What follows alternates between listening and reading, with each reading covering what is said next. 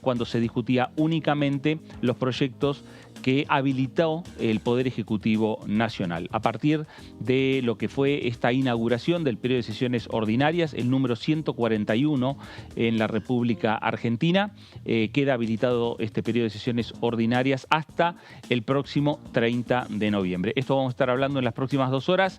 Esto es el análisis por aquí, por DTV. Voy a saludar a mis compañeros. Señor David Cayón, ¿cómo le va? ¿Qué tal? ¿Cómo Muy estás? bien, muy bien. Bueno, bien, una apertura de sesiones también, como vos bien decías, un discurso de 2 horas, más largo de lo que muchos preveían. Un discurso que tuvo la particularidad de ser en algunos pasajes interactivo, por decirlo de alguna manera, donde el presidente de la Nación iba haciendo un raconto de su gestión en estos 3 años y decía, bueno, construimos casas, y mostraba a una persona que había recibido un crédito a alguna de las casas, apoyamos la ciencia y aparecía y mostraba a algunas personas que estaban en los palcos del hemiciclo, eran del CONICET, que habían hecho algún desarrollo. Digo, un discurso donde algunos sectores también lo que vieron era, bueno, hay campaña también en esto. Pero bueno, es un discurso de apertura de sesiones donde eso no puede quedar como el eje principal. Entonces pasó ahí. Un discurso también que apuntó fuerte contra la justicia, contra la Corte Suprema, contra los jueces de la Corte que estaban ahí en un costadito, los señalaba mientras hablaba. Ninguno de los jueces, de los 2 jueces de la Corte, Rosati y Rosenkat, presidente y vicepresidente de la Corte, hacían ninguna mueca al respecto. Hubo unos gritos, hubo de todo. Muy bien. Señor Martín Bravo, ¿cómo le va? ¿Qué tal? Muy bien, Fernando. Sí, como decías, un discurso con diferentes tonos, ¿no? En un comienzo el presidente se presentó como moderado cuando repasó algunos logros. Eso se podía leer en clave interna, ¿no? Entre los diferentes sectores del Frente de Todos. Y bueno, al final fue el momento más intenso cuando cuestionó el funcionamiento del Poder Judicial, hizo reclamos en línea con el kirchnerismo.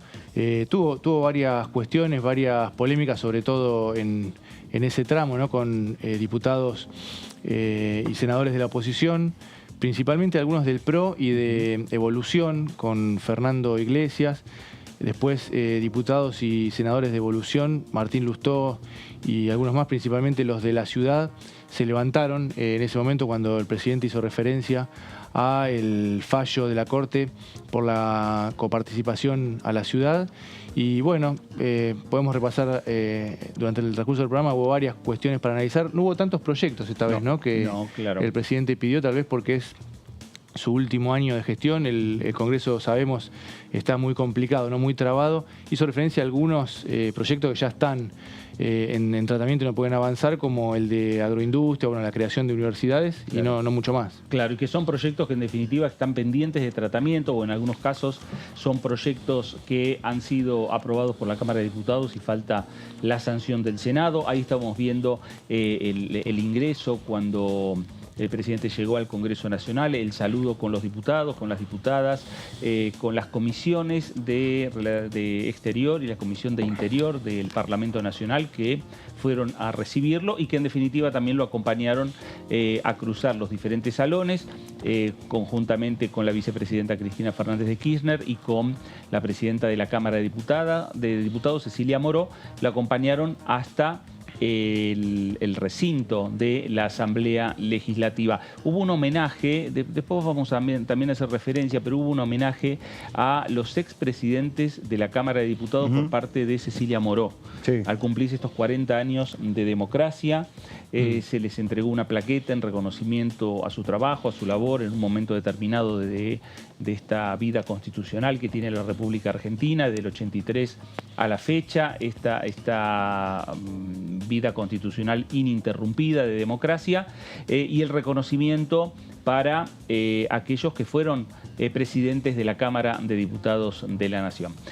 Ahí estamos viendo también las imágenes que tienen que ver con la presencia del presidente Alberto Fernández en el Congreso de la Nación, y a partir de ahora una situación que se plantea respecto a cómo queda esta relación entre oficialismo y oposición, porque parte de la oposición, principalmente aquellos que pertenecen a, y bien lo decía Martín, a Evolución Radical de la ciudad de Buenos Aires, son los primeros que se retiraron del recinto. No así los del PRO, prácticamente. No, los del PRO habían avisado que si se sentían ofendidos, si se sentían agraviados, si agraviaban al expresidente Mauricio Macri, como entienden que sucedió el año pasado, se iban a retirar del recinto. Pero me parece también que la respuesta que tuvo la situación del año pasado en la que se retiraron no fue la mejor. Entonces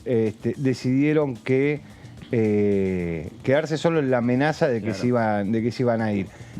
Hubo gritos, hubo actitudes de algunos diputados, como por ejemplo el diputado Fernando Iglesias, que se puso de espalda al presidente durante todo su discurso y solamente giró para gritarle al presidente. Claro, y el presidente le hizo referencia. Claro, que él hizo referencia, que lo insultaba. Exactamente.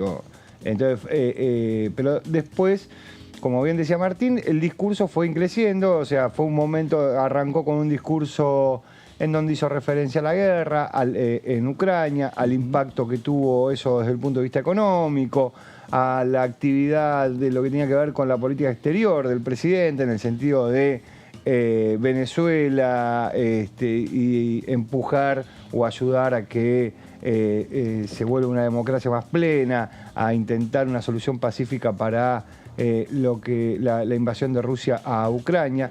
Se iba un discurso sobre esa línea, pero hubo una segunda etapa del discurso cuando ya avanzó sobre más sobre política que sobre gestión, que esa fue la parte del discurso en donde se empezaron a caldear los climas adentro del recinto, donde el oficialismo aplaudió mucho más, claro, donde la oposición gritó mucho más. Exactamente.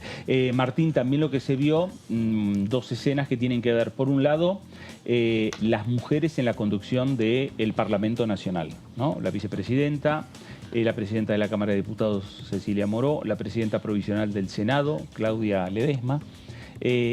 Lo hizo notar Cristina Kirchner, ¿no? Lo hizo notar Cristina. Y también la imagen pública nuevamente del presidente y la vicepresidenta de manera conjunta. Sí. ¿No? Públicamente es la primera vez, por lo menos en este año. Sí, hace 8 meses, 9 meses que no se mostraban en público juntos, hacía 6 meses que no se veían, por lo menos que nosotros supiéramos que no se veían. La última vez que se habían visto fue el 2 de septiembre en el departamento de la vicepresidenta, en Barrio Norte. El 1 de septiembre fue el intento de magnicidio, que el presidente la fue a ver al día siguiente. Pero hasta ahora... Y que hoy hizo referencia, le pidió celeridad a la justicia para tratar de esclarecer. Así es, fue uno de los momentos en los que miró, ¿no?, a los dos integrantes presentes de la Corte Suprema. Después el otro fue cuando se refirió ya más puntualmente a las críticas, ¿no?, por el Consejo de la Magistratura y otras cuestiones. Podemos decir, siempre hay una lectura, ¿no?, de cómo se saludaron, esa cosa entre Cristina Kirchner y el presidente Alberto Fernández. Esta vez podemos decir que hubo algunos indicios de frialdad. No tuvimos esa foto con gesto muy adusto de la vicepresidenta al despedirlo como el año pasado, ¿no?, que fue la imagen que dominó aquel reencuentro también como una exhibición de que ya estaba mal la relación en este caso. No fue tan fuerte, pero tampoco hubo gestos de un abrazo efusivo, claro, un saludo, una conversación prolongada, tampoco hubo. Claro, exactamente. Y eso estábamos esperando un poco, ¿no? ¿Cómo iba a ser esa reacción entre los dos? Bueno, a ver, me parece que ya la entrada marcó, con la llegada del presidente Alberto Fernández, marcó un poco cómo iba a ser todo esto, porque la presidenta del Senado, la vicepresidenta de la Nación, cumplió con el protocolo, abrió la sesión, nombró los senadores y diputados que formaban parte de la comitiva que iban a recibir al presidente y pidió el cuarto intermedio. Y se retiraron y se fueron hacia la puerta principal del Congreso, a las escalinatas, para esperar al presidente de la Nación. Cuando el presidente de la Nación llegó, se saludaron bien, o sea, hubo un beso, un abrazo. Pero a partir de ese momento, la vicepresidenta se alejó del plano, básicamente, y dejó que el presidente, junto a la presidenta de la Cámara de Diputados, Cecilia Moró, y la presidenta previsional del Senado, Claudia Abdala de Ledesma, acompañaran a Alberto Fernández en el saludo a cada uno de los legisladores. Cristina Fernández de Kirchner se fue al Salón Azul, donde los esperaba para firmar el libro de honor. Claro. Después se pararon frente a la Constitución. Digo, la única vez que se muestra la Constitución original es en la apertura de sesiones, en la Asamblea Legislativa. Frenaron frente a la Constitución y después fueron rumbo al recinto, directo, claro, sin frenar, sin ir al despacho de nadie. Se fueron rumbo al recinto. Abrió las sesiones nuevamente la vicepresidenta. Después nunca más volvieron a cruzar mirada. Nunca aplaudió una parte del discurso. Hasta que terminó el discurso del presidente. Bueno, hablando del discurso del presidente, uno de los párrafos, el presidente Alberto Fernández habló de la gestión y de los aciertos y de los no aciertos de esta gestión que lleva adelante desde el año 2019. Hemos trabajado mucho, hemos alcanzado objetivos. Seguramente cometimos errores, pero tengo la íntima convicción de que sumamos muchísimos aciertos. En este tiempo escuché cómo una y otra vez criticaban mi moderación. Pero con mi moderación fui capaz de enfrentar a los acreedores privados y pude ponerle freno a los condicionamientos que el Fondo Monetario Internacional le había impuesto al gobierno que me precedió. Con esa moderación fui quien puso el pecho a la pandemia y quien terminó de levantar hospitales que a mi llegada alguna gobernadora consideraba innecesarios. Y fui yo quien, con esa moderación, construyó hospitales modulares y distribuyó más de 4.000 respiradores a lo largo y a lo ancho del país, mientras ponía de pie un sistema de salud que había sido abandonado. Fui por el mundo, con mi moderación, buscando las vacunas contra el COVID-19 y dispuse que se apliquen millones de dosis gratuitamente a cada argentino y cada argentina que lo demandó.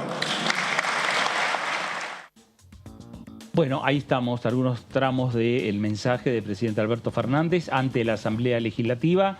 Esto fue en el comienzo, después empezó a enumerar en gran parte de las 2 horas, enumeró diferentes logros de la gestión y ahí es donde también, David, ahí vos hacías referencia, donde él mostraba también a quienes fue, en definitiva, asignada esa política de Estado, Sí, ¿no? sí, habían, claramente, obviamente, fue una organización de parte de la Casa Rosada. Lo que hicieron fue nombrar una política de Estado, una política de gobierno y mostrar un caso real de esa política de Estado, de esa política de gobierno. Claro.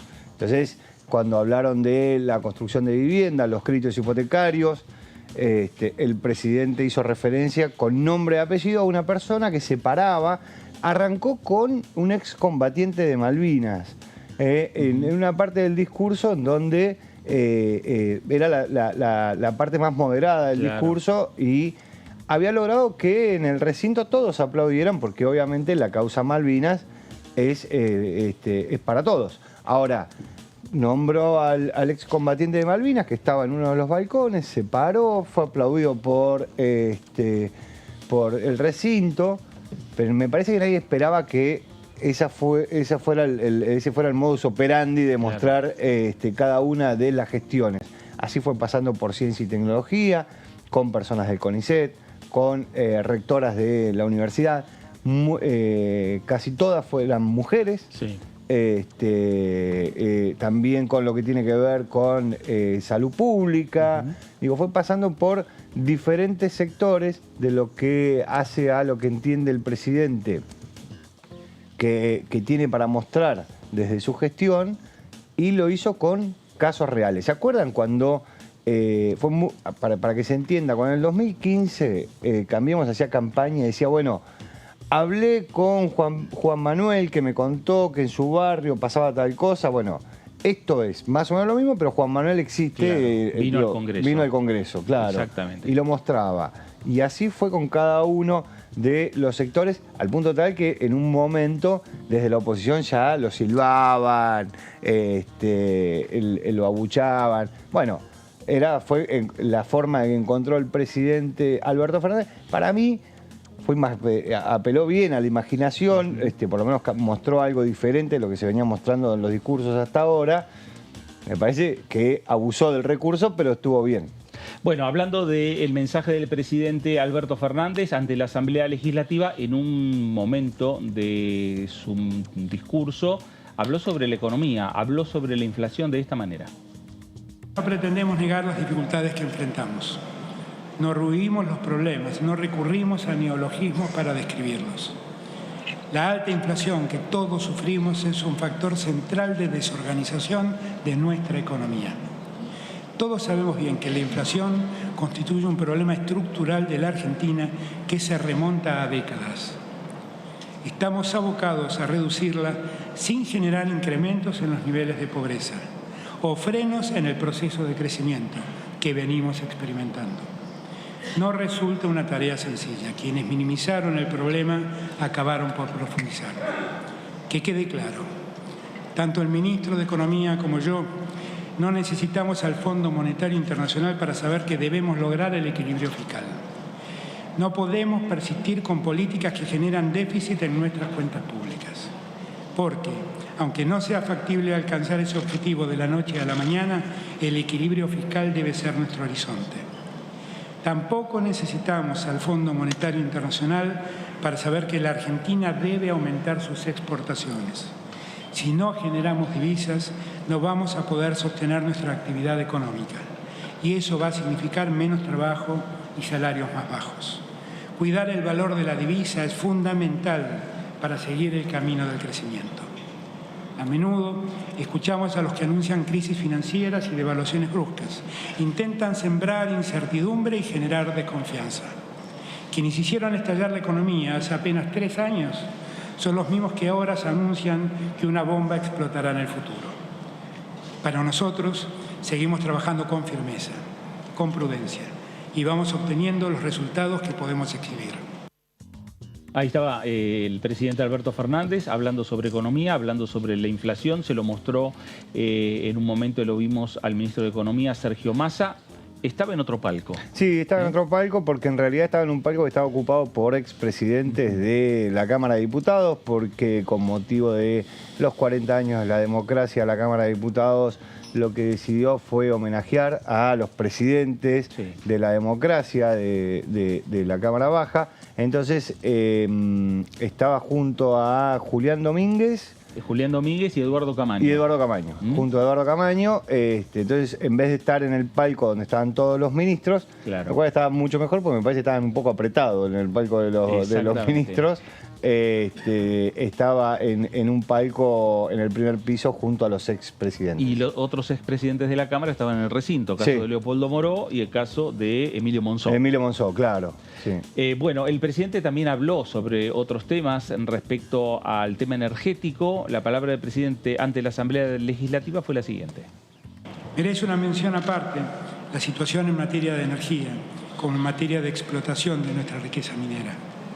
A nivel mundial vivimos una etapa que al mismo tiempo nos presenta una crisis energética y un proceso de transición energética.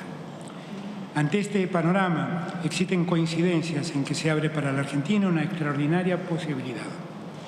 Dimos inicio durante 2022 a la construcción del gasoducto Néstor Kirchner, que estaremos en condiciones de inaugurar a mediados de este año.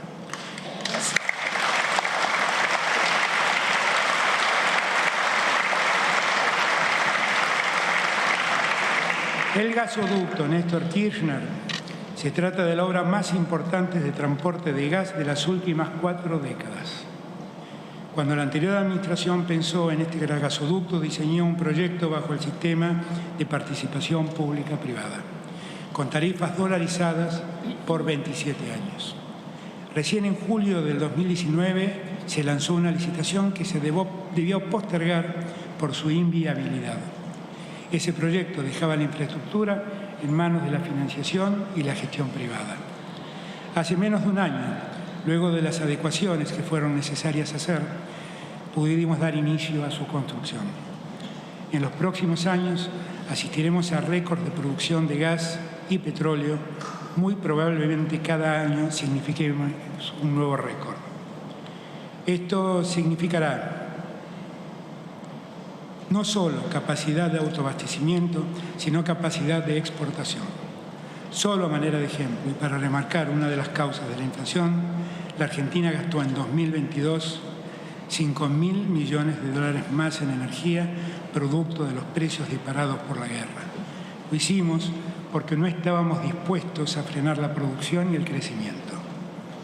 Argentina es la energía que el mundo está necesitando. Bueno, ahí estaban diferentes fragmentos del mensaje del presidente Alberto Fernández ante la Asamblea Legislativa. Diputado Marcelo Casareto, ¿cómo le va? Gracias por acompañarnos. ¿Qué tal? Un gusto visitarlos. Bueno, lo vimos acompañado por el gobernador de la provincia de Entre Ríos, Gustavo Bordet. Hubo algunos gobernadores más que han venido aquí al recinto de la Asamblea Legislativa. ¿Qué dejó el mensaje del presidente Alberto Fernández? Bueno, yo trabajo con el presidente de la Nación, Alberto Fernández, y trabajo con el gobernador de Entre Ríos, Gustavo Bordet. Así que, bueno, venimos con expectativa, vimos este mensaje, que es el último mensaje de este mandato, al menos del presidente de la Nación. Hizo, bueno, un análisis de lo que fue el desarrollo de su gestión en estos 3 años de gobierno, planteó los ejes de trabajo en los próximos meses, de aquí al fin del mandato. Y bueno, creo que fue constructivo, la Argentina está creciendo, la Argentina está generando empleo, hay política en las distintas áreas. También habló de los problemas, habló de la inflación, habló de la necesidad de preservar los ingresos de la población. Y bueno, creo que fue un muy buen mensaje y nosotros lo acompañamos desde el Congreso de la Nación. Ahora, en un momento determinado se habló de un tema que uno presuponía que iba a hablar, que es el tema de la situación de la justicia, la relación con la Corte Suprema o con la justicia en general, pero lo cierto es que generó también diferencias con la oposición. Bueno, pero es que eso está claro ya desde hace tiempo. Lo que es la relación entre el Estado Nacional con la Ciudad de Buenos Aires, claramente hay un plano que es la Ley de Coparticipación Federal de Impuestos. La Ciudad de Buenos Aires no es parte de la Ley de Coparticipación, sino que en aquel momento, en 1988, que es la última ley, estaba dentro de los gastos del Estado Nacional. O sea que a partir de las transferencias que el Estado Nacional le va haciendo de servicio, le tiene que asignar las partidas. Pero no un porcentaje de la coparticipación, porque no integra ese sistema. Esto que es tan claro, yo he sido ministro de Economía de la provincia de Entre Ríos, lo conozco en profundidad, mi tesis de maestría, en la maestría en la UBA de Historia Económica, tiene que ver con los pactos fiscales y la coparticipación.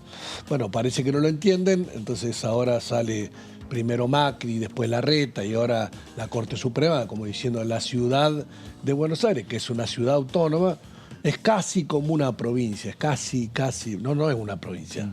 Digamos, es una ciudad autónoma, así lo dice la Constitución. Y la ley de coparticipación va por otro carril. De esta manera, algunos se ponen nerviosos por eso, alguno hizo un acting, como lo hizo Lustó, con algún otro más. Y en relación al tema de la justicia, el presidente planteó este tema en la primera asamblea cuando asumió, y lo fue planteando en todas las asambleas, la necesidad de que haya reformas en el Poder Judicial. Todas las iniciativas han fracasado, la oposición se abraza a la Corte Suprema y a algunos jueces.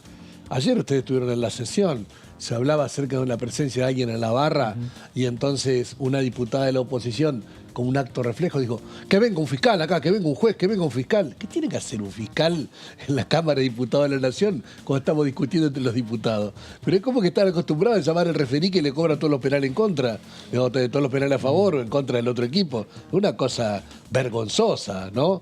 O sea, en definitiva, cuando vos mirás estaba el presidente de la Nación, votado por los argentinos, la vicepresidenta, votada por los argentinos, diputados y senadores, votados por los argentinos, y había 2 de los 4, pues los otros ni siquiera fueron a la asamblea, que era Rosati y Rosenkrantz, y son otros tipos igual que nosotros, ¿eh? No es que bajaron del cielo, son eternos, tienen la verdad revelada, o sea que todos nosotros nos exponemos a la opinión de los argentinos, y ellos no, y pareciera como que son la palabra sagrada. Y entonces si vos los criticás o si vos le planteás una observación a su desempeño en la función, como fue el juicio político, entonces toda la oposición política dice, ay, ¿cómo tocan estos nuestros que están ahí en la justicia y que son los que resguardan? Entonces hay un sistema político que elegimos presidente en un sentido o en otro, elegimos legislador en un sentido o en otro, pero el poder económico dice no importa, que la gente vota como quiera, nosotros tenemos 2 o 3 en la corte que votan como nosotros queremos,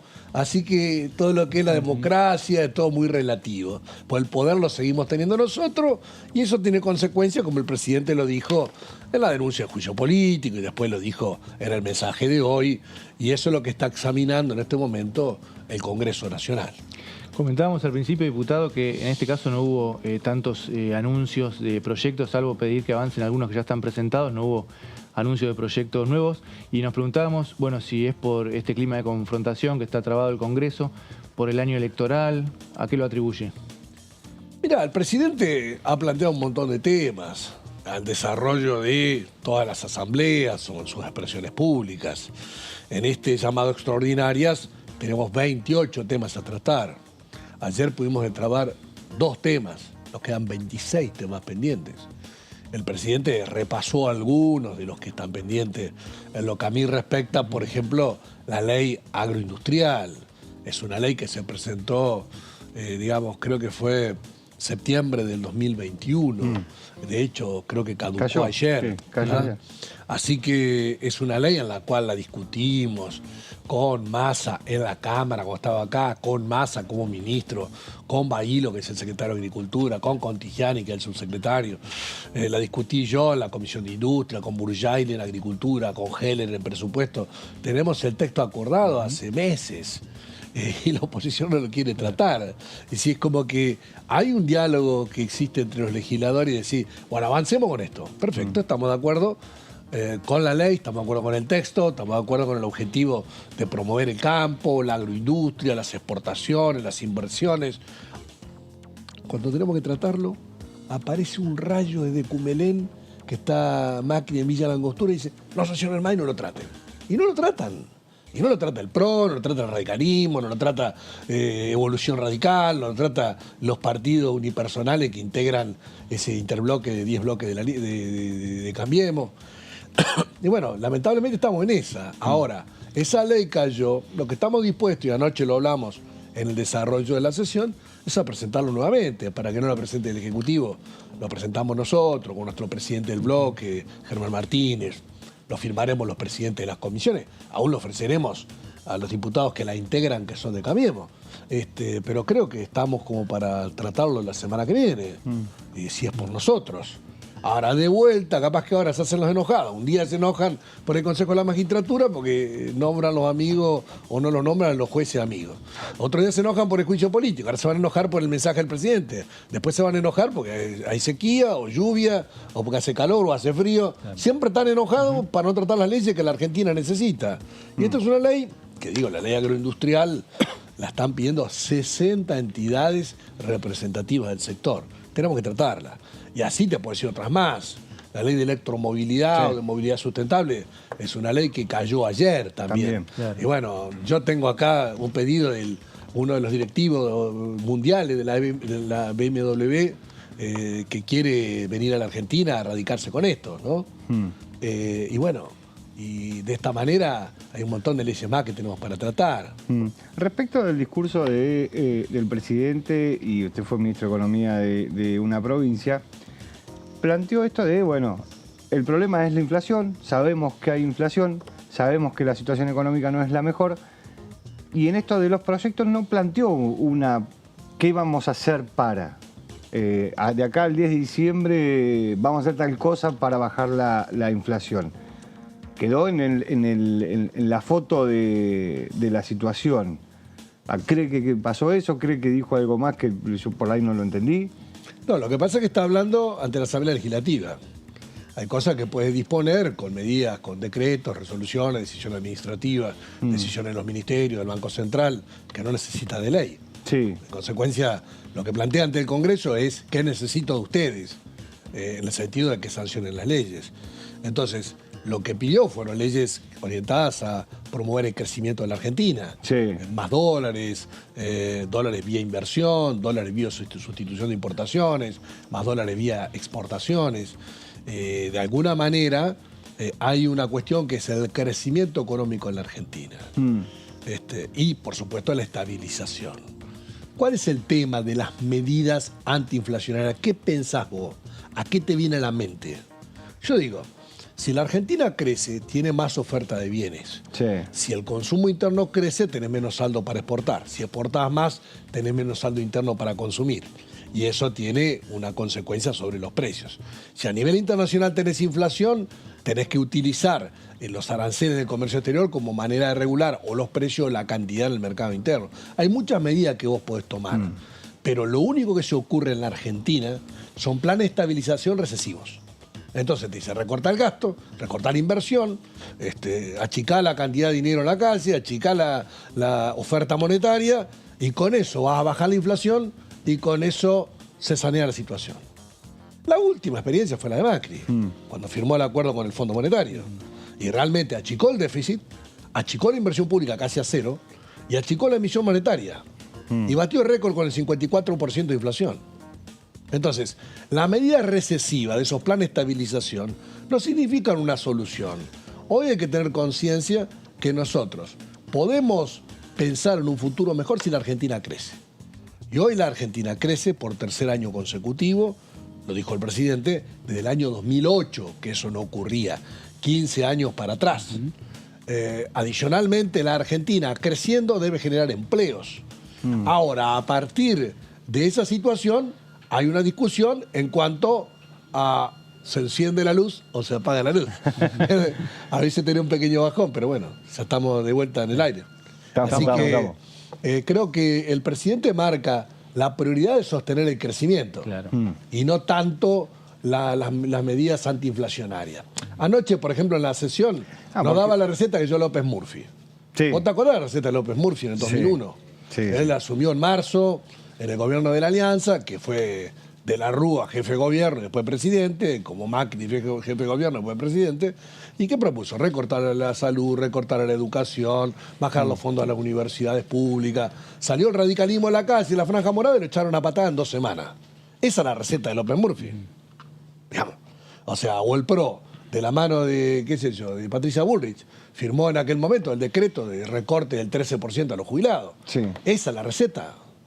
Eso es lo que dicen ellos, queremos reformas. ¿Qué reformas quieren? ¿Reformas laborales para sacarle derecho a los trabajadores? ¿Qué quieren? ¿Reformas previsionales para sacarle derecho a los jubilados? Claro. ¿Qué quieren? ¿Reforma del Estado para privatizar empresas para los amigos y hacer negocio y demás? ¿Qué reformas quieren? ¿Esas son las reformas? ¿Eso es ser moderno? Eso no es ser moderno. Eso es más viejo que la compota. Porque esas son medidas anteriores a la existencia del peronismo. Entonces, es un retroceso de 70 años para atrás en la historia argentina. Marcelo, con lo que ha sucedido en la jornada de hoy, con algunos legisladores de la oposición que se retiraron del recinto, ¿cómo se restablece la relación entre oficialismo y oposición? ¿Usted piensa que va a cambiar la postura de Juntos por el Cambio respecto a esta estrategia que tenían de no concurrir a las sesiones o no concurrir a las comisiones en caso que no haya quórum por parte del oficialismo? A mí me parece muy poco serio el comportamiento de Juntos por el Cambio. Número uno, para ponerlo en claro, son una bolsa de gato. ¿Está? O sea, ahí tenés 10 bloques diferentes en ese interbloque. Unos te corren por derecha, otros te corren por izquierda. Unos son más liberales que Milei y otros son socialdemócratas de la vieja escuela alfonsinista. ¿Viste? Y conviven juntos.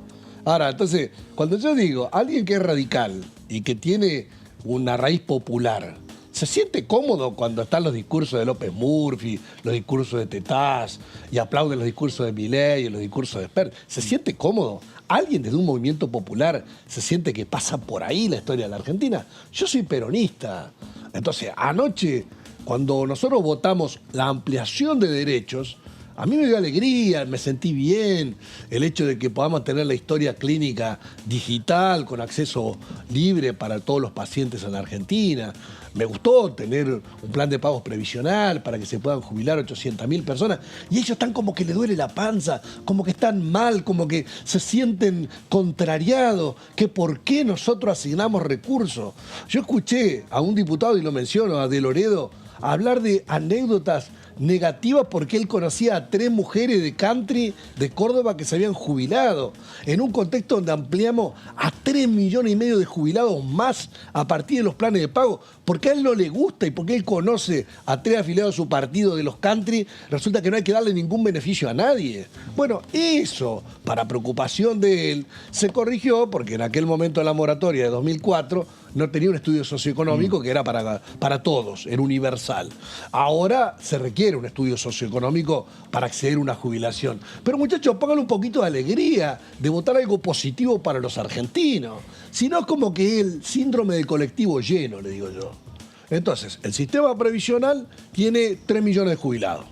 Entonces, algunos aportaron mucho, poquito nada. Si vamos a mirar la crisis de los 80, repasemos para atrás. Y desde los 60 creo que había habido, entre los 60, los 70 y los 80, algo así como 15 moratorias provisionales.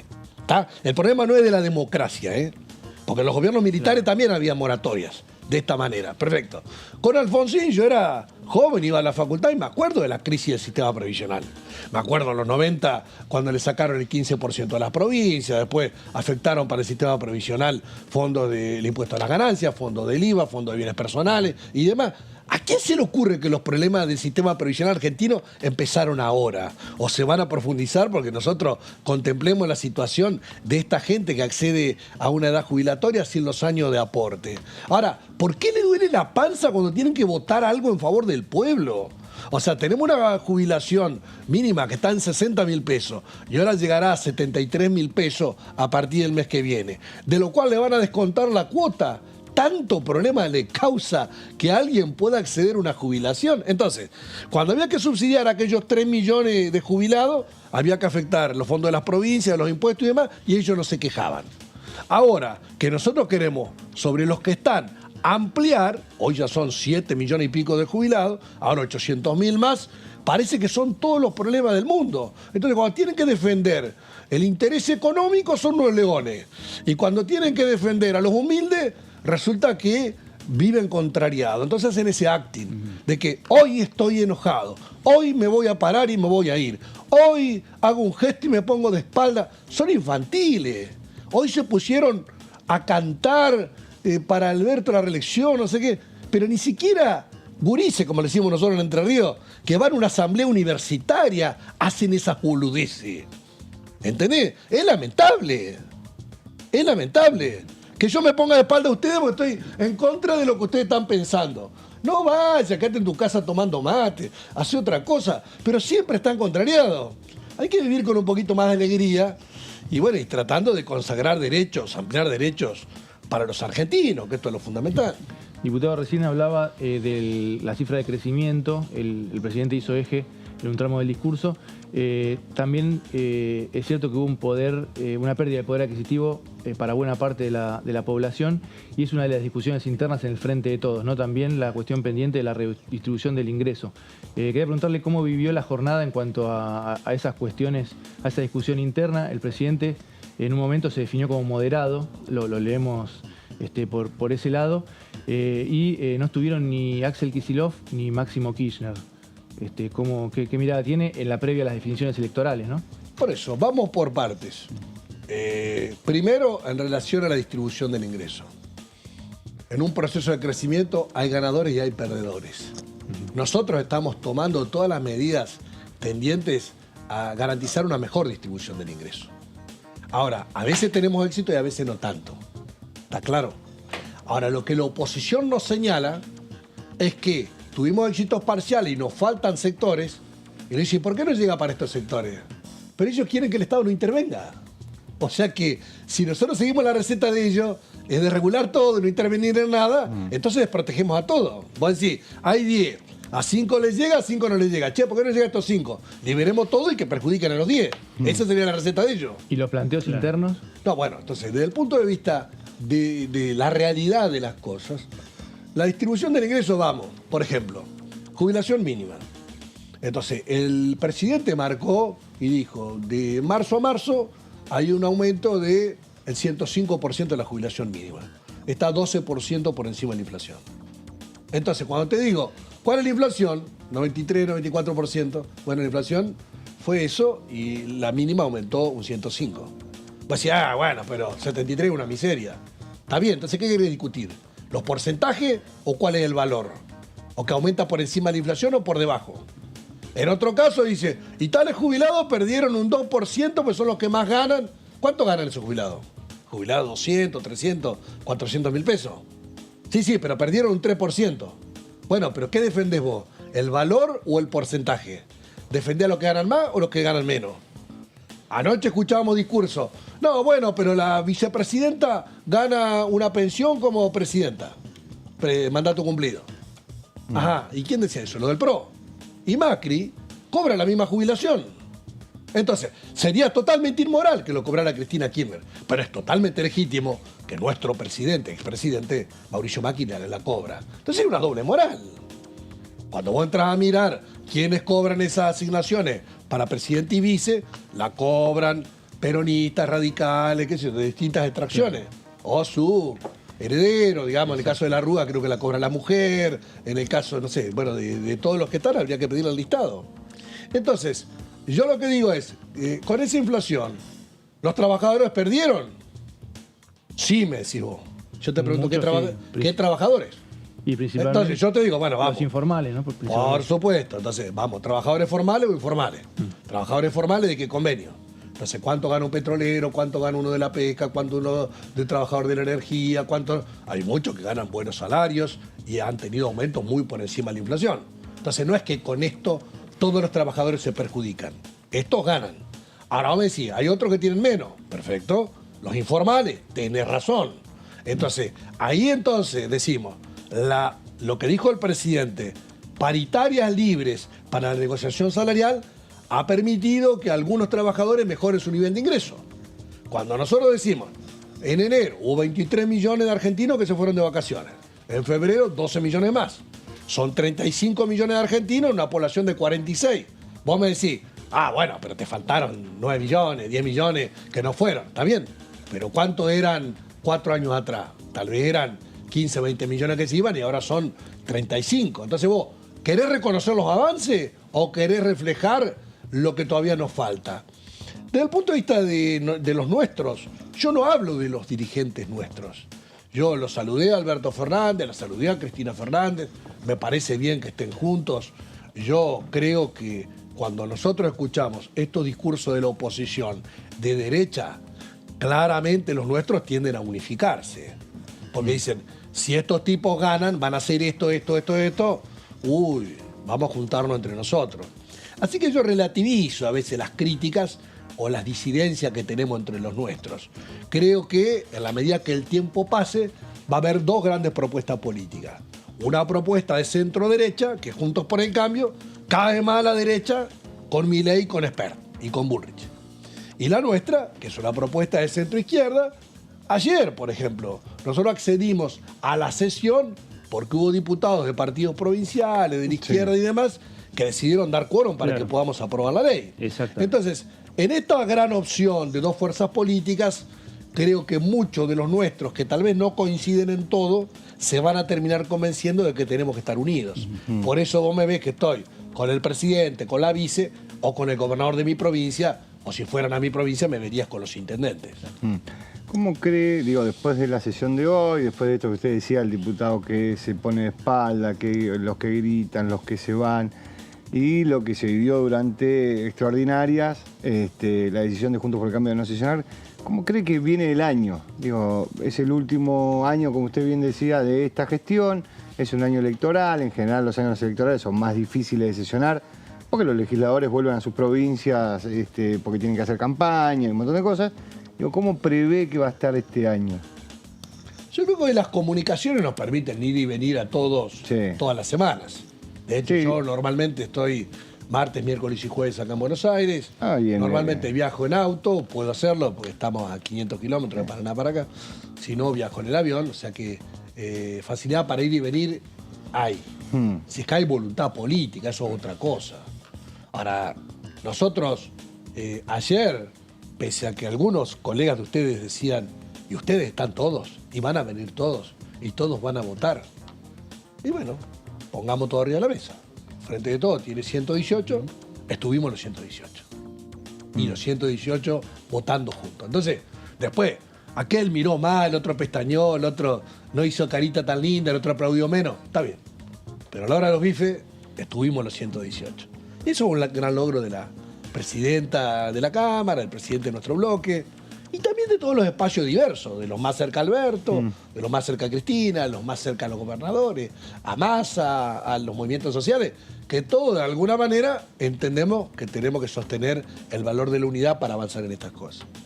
Así que yo creo que si hay voluntad política, podemos avanzar con muchos temas. Yo de Juntos por el Cambio dudo que tenga esa voluntad política. Dudo que tenga esa voluntad política. Hay leyes que son directamente vinculados a intereses que ellos dicen representar y que no las han tratado. Yo te puedo decir, de los 28 temas, tratamos 2 de extraordinaria, nos quedaron 26. Y después, si ustedes entran en el portal de la Cámara y miran las órdenes del día pendiente, ya con dictamen, hay varias decenas. O sea, de haber por lo menos 50, 60, 70 leyes que hemos dictaminado, muchas de ellas por unanimidad en las comisiones, y que ellos no las quieren tratar. Es una cosa bastante problemática. Así que dudo que ellos tengan la madurez política para poder tratarlo. De mi parte, yo quiero que el Congreso esté abierto siempre, sesione siempre. Ojalá pudiéramos sesionar, por decir una referencia, todos los miércoles, tratando 2, 3 temas por semana, a efecto de que podamos avanzar y cumplir con nuestra tarea. A mí me votan en Entre Ríos y yo dejo mi familia, mi trabajo, mis actividades para venir acá al Congreso e irme con alguna ley aprobada, de conjunto, mía, de la oposición. Ahora, triste papel, hacerme elegir diputado, ponerme a consideración, para dice, y yo lo que voy a hacer acá es impedir que el Congreso funcione. Ponerme a quórum nunca. ¿Cuándo nunca? ¿Qué? ¿Un día? ¿Una vez? Bueno, está bien, no sé cuándo. ¿Un mes? No, ya llevaban 3 meses. Y ayer esperaron atrás los cortinados que nosotros consiguiéramos quórum y ahí entraron a opinar para votar en contra. Triste papel. No entrar tarde y venir a votar en contra de cualquier cosa que sea derecho para los argentinos. Así que no tengo mucha expectativa. Sí puedo tener algún crédito abierto a estas fuerzas de la oposición, si vos querés minoritaria, de los bloques intermedios, que ayer nos dieron quórum, que tal vez en otros temas nos puedan dar quórum. Sí, ayer, por ejemplo, los cordobeses que no dieron quórum, pero después bajaron y votaron a favor. ¿Vos me podés explicar eso? No, lo sé. Es difícil de entender. Si vos querés una ley y la querés votar a favor, está el quórum para que la sesión empiece. No sé, digo, pero por eso digo... Ahora vos estás en la puerta, no entrás, cuando no te dieron quórum, entrás y decís, y voy a votar a favor porque me parece una buena ley. Bueno, ojalá... Pero por eso me parece que viene un año medio extraño, ¿no? Va a ser un año extraño, pero no porque haya elecciones. Porque de hecho ya hay elecciones, ya hubo elecciones. Empezaron las elecciones en La Pampa, hay un calendario en marzo, abril, en mayo. Bueno, y hablando de ese calendario, Marcelo, ¿cómo es ese calendario en la provincia de Entre Ríos? ¿Cómo está el tema de las candidaturas y demás? Bueno, nosotros tenemos una ley provincial que faculta al gobernador a llamar elecciones unificadas o desdobladas con una fecha cierta. O sea, sería junto con la elección nacional unificada o sería 15 días antes de las nacionales. Sí. Con paso obligatoria esa también y con generales. O sea, tiene hasta el 27 de abril para decidir. No lo ha decidido, hay que esperar. Yo tengo la expectativa de ser gobernador de Entre Ríos. Vengo trabajando hace 35 años en la política entrerriana y esperamos eso para formalizar el trabajo electoral, ¿no? A nivel nacional está la mesa nacional tratando de acordar o fórmulas o reglas de juego. Ojalá que pueda haber un acuerdo, y si no hay acuerdo, habrá paso. Y a nivel provincial, nosotros somos del Frente de Todos, 4 o 5 compañeras y compañeros que tenemos la expectativa de ser gobernador y que tal vez podemos ponernos de acuerdo, y si no hay acuerdo, iremos a paso. Claro. ¿Y no hay que tenerle miedo. ¿Para usted sería conveniente que la fecha se unifique con la Nación? Yo siempre planteo de que en Entre Ríos sean desdobladas, para que vos votés por un lado intendentes y gobernador, y en otra oportunidad hagas la elección nacional. Pero ahora, con la ley que tenemos, es como que te queda muy corto. Creo que el 14 de agosto las paso, claro. Y sería 30, 31 de julio, ese día domingo, la provincial. Entonces votar con 2 semanas es medio como que... yo veo que hay una tendencia como para unificar. Todavía el gobernador no lo ha dicho, pero yo recién estuve con él, pero hablando de los temas de la Asamblea Parlamentaria. De alguna ley que necesita Entre Ríos y que seguramente va a estar ahí empujando. Sí, hay muchos temas. Por ejemplo, ahora, con esta ley previsional, porque hay que tener en claro esto, ¿no? Cuando vos votás una ley con un plan de pagos previsional, dice, ¿y para Entre Ríos qué hay? ¿Cómo que hay? O sea, hay para 800.000 argentinos de todas las provincias. Claro. Si vos querés medirlo en Entre Ríos, son 17.000 entrerrianos, 17.000 que pueden acceder a la jubilación. Eso es bueno. ¿Beneficia a Entre Ríos o no? Claro. Sí, bueno. Cuando votás la historia clínica digital de acceso libre, eso beneficia al 1.400.000 entrerrianos. Porque todos van a poder acceder desde el nacimiento, en el desarrollo de su vida, a una historia clínica digital única con todos los estudios cargados de libre acceso. Si vos te haces atender en Paraná, en Concordia, en Uruguay, en Gualeguaychú, en Villaguay, va a estar toda la misma historia clínica. Claro. O sea, ¿qué sería llevar cosas para Entre Ríos? O sea, ¿llevar un beneficio para toda la Argentina que impacta en Entre Ríos? ¿O no? A mí me interesa sacar cosas que nadie saca solamente para mí. Bueno, es una manera de entender cómo se regulan las relaciones entre nación y provincia. Por ejemplo, ahí compartimos con Cuader un rato, que es el senador de mi provincia, es un compañero que ahora dividió el bloque o formó parte de esta división del bloque de senadores. Posición que yo no comparto, y así lo dije públicamente. Ahora él está interesado en bajar la tarifa energética, que se compense Entre Ríos, que genera energía a través de Alto Grande y que paga la tarifa más cara que Buenos Aires. O sea, generamos el triple de energía de la que necesitamos para la provincia, la energía va al sistema interconectado y subsidia el consumo de Buenos Aires y a nosotros nos cobran la energía cara. O sea, que la energía sale de allá, viene acá barata y se vuelve allá cara. Entonces, en eso vamos a compartir con el gobernador y vamos a compartir con el senador y con el resto de los legisladores de nuestra provincia.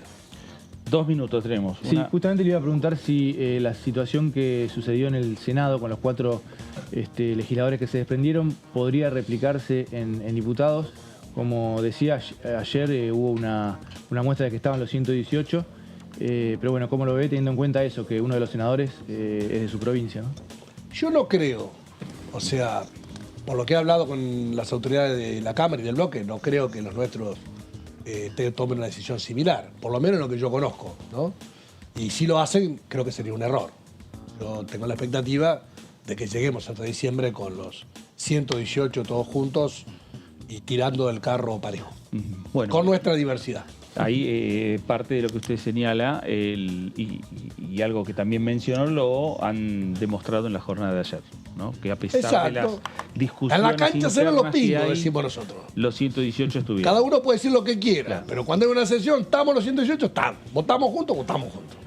Entonces, compartimos valores, principios, objetivos desde el peronismo, en algún caso, y en el Frente de Todos, porque somos como 10 partidos diferentes, ¿no? Sí, claro. Viste que anoche algunos se pusieron contentos, empezaron a cantar la marcha peronista, ¿no?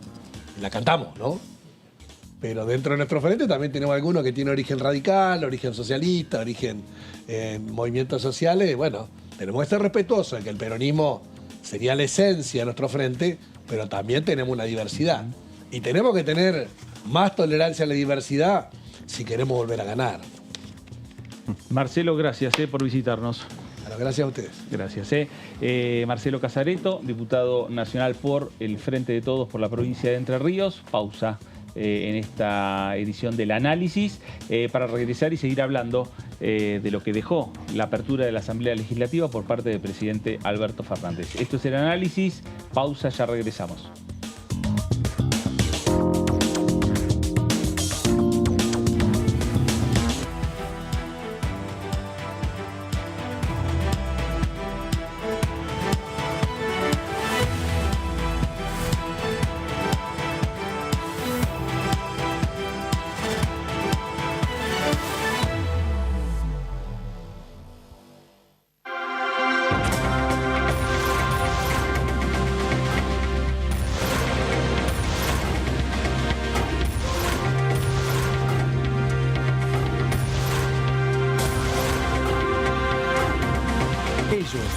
tu voz en la segunda edición. DTV, el periodismo en el Congreso.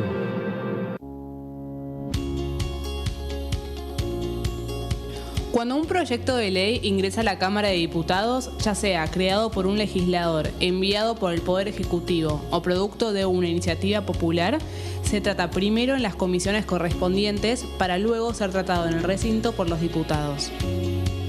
Las comisiones son el ámbito de análisis y debate sobre los proyectos de ley conformadas por legisladores de distintos bloques.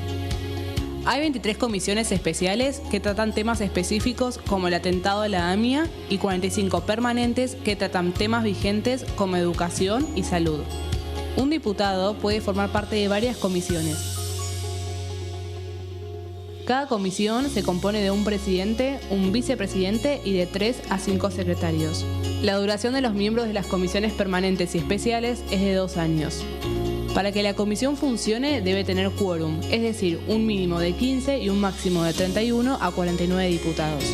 Las autoridades son elegidas por los propios integrantes de las comisiones, que a su vez son elegidos bajo consenso por sus propios bloques. Para que un proyecto sea tratado en el recinto, debe contar con el apoyo de la mayoría de los integrantes de esa comisión. Al finalizar una reunión de comisión, se dictamina sobre la pertinencia de tratar el proyecto en el recinto. El dictamen propone una resolución o decisión sobre una o varias iniciativas o proposiciones.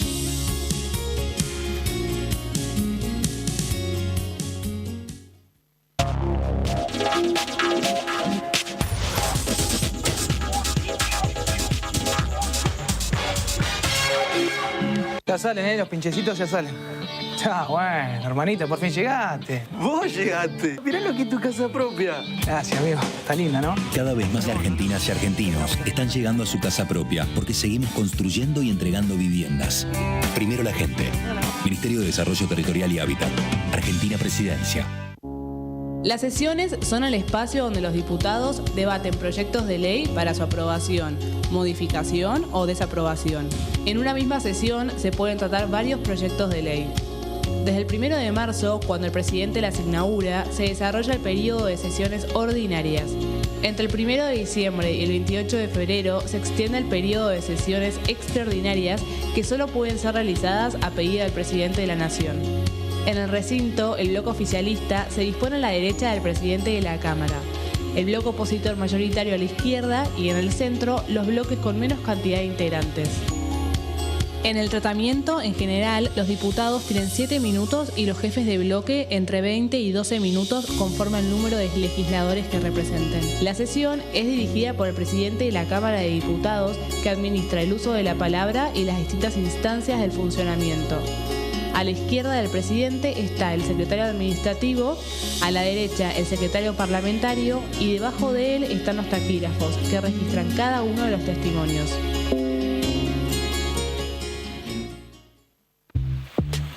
Mi nombre es Gonzalo, tengo 35 años y soy biólogo marino.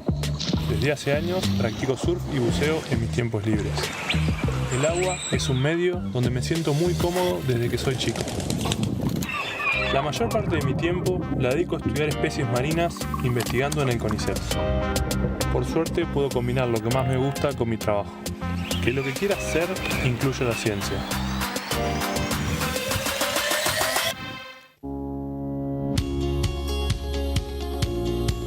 La Cámara de Diputados tiene 257 miembros. Los diputados debaten y sancionan leyes que rigen en todo el territorio nacional.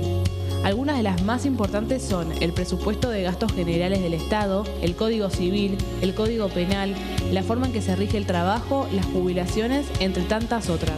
Además, controla y hace un seguimiento de las políticas del Poder Ejecutivo a través de la visita de diferentes funcionarios o el pedido de informes, así como la posibilidad de realizar juicios políticos a los funcionarios. La duración de los mandatos de los diputados es de 4 años y pueden ser reelegidos indefinidamente. Desde el momento en que asumen y hasta el final de su mandato, no pueden ser acusados, interrogados judicialmente, ni molestados por las opiniones o discursos que imitan desempeñando su mandato. Son requisitos para ser diputado tener al menos 25 años, 4 años de ciudadanía argentina y haber nacido en la provincia por la que se postula o haber residido en ella los 2 años precedentes. se agrupan en bloques que expresan partidos políticos o afinidad ideológica. Existen también los monobloques integrados por un solo diputado.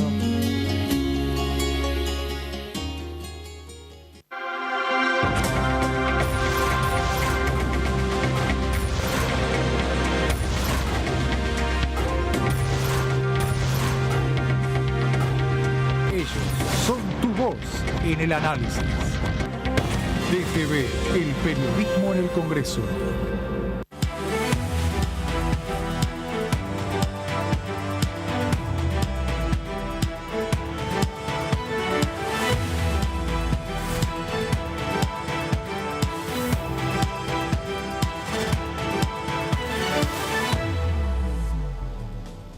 Muy bien, regresamos aquí al análisis por DTV, el análisis por Diputados Televisión. Después de haber tenido una larga charla con el diputado Marcelo Casareto respecto a no solo lo que dejó el mensaje del presidente Alberto Fernández, sino también las diferentes estrategias que se van a ir marcando de aquí en adelante por parte de las diferentes bancadas que conforman la Cámara de Diputados. ¿Por qué? Porque hay proyectos que empiezan a discutirse nuevamente, proyectos que ha enviado el Ejecutivo en algún momento determinado y que no han perdido estado parlamentario, algunos otros que han perdido el estado parlamentario, como la ley de agroindustria, y que va a volver a ser presentada, no, ya lo adelantó Casareto, no por parte del Ejecutivo, sino que por parte de los propios diputados nacionales, y ese acuerdo que en algún momento se llegó y se logró en lo que respecta a la ley de agroindustria puede llevar a presentarse un proyecto a lo mejor con firmas del oficialismo y de la oposición. Y también en el medio tenemos un año electoral, que eso también marca diferentes estrategias. Eso marca, sí, una dificultad. Eso fue siempre así, ¿no? Claro. Las estadísticas así lo marcan. Los años impares siempre la actividad baja. Bueno, encima son elecciones ejecutivas, ¿no? Tenemos un cronograma escalonado en varias provincias. Pero por lo que dijo el diputado también podemos adelantar que el oficialismo y lo que no... lo que decíamos que no anunció Alberto Fernández proyectos nuevos, podemos decir que el oficialismo se va a concentrar en intentar que avancen algunos proyectos ya presentados, claro, con consenso. Bueno, tenemos el caso de los créditos UBA, que ya hubo una convocatoria, ¿no? Sí, para el 22. El oficialismo y la oposición. Bueno, a lo mejor la actividad que pueda haber en el recinto sea con algunos temas de consenso. Puede el oficialismo también apelar a los bloques del medio, como le llamamos, como ayer. Y después, bueno, sí va a seguir la confrontación en la Comisión de Juicio Político, ¿no? Claro, dos temas, sin lugar a dudas, que tienen que ver por un lado el juicio político, por el otro el resto de los proyectos. 28 proyectos habían extraordinarias o habilitados, temas habilitados por parte del Ejecutivo Nacional al Parlamento.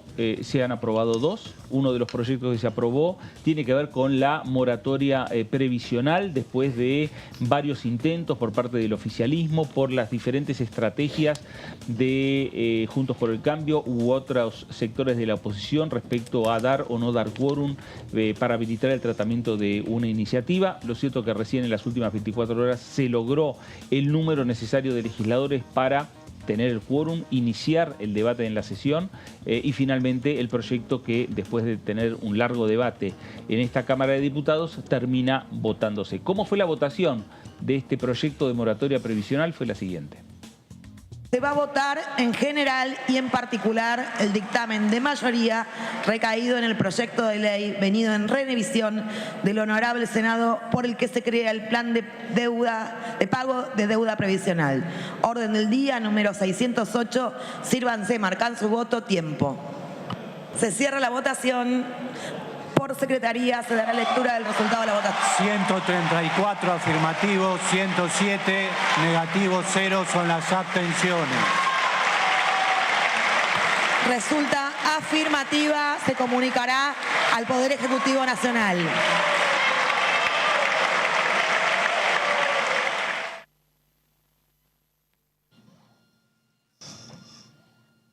Bueno, ahí estaba el momento en el cual se logró la aprobación por parte de la Cámara de Diputados de la Nación del proyecto de ley de reforma de movilidad jubilatoria, el proyecto de ley de jubilaciones que se aprobó en la jornada de ayer, uno de los proyectos, ¿no? El otro proyecto tiene que ver con las historias clínicas, la digitalización de las mismas.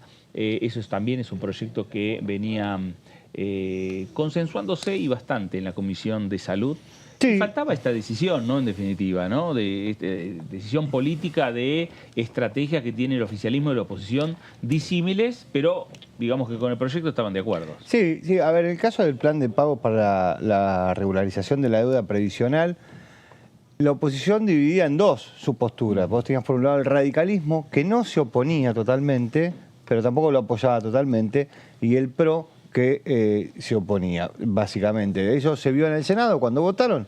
El PRO votó en contra y el radicalismo se abstuvo en la votación. Acá el diputado se vio con las ausencias, ¿no? Claro. Hubo algunos radicales que no quisieron dividir la votación.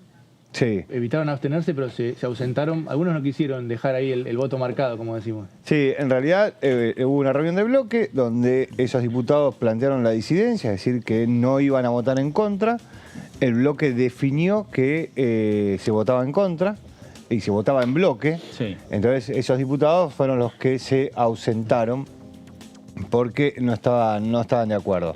Esto más que por eso nosotros le decimos moratoria y se impuso esto de la moratoria. Es verdad.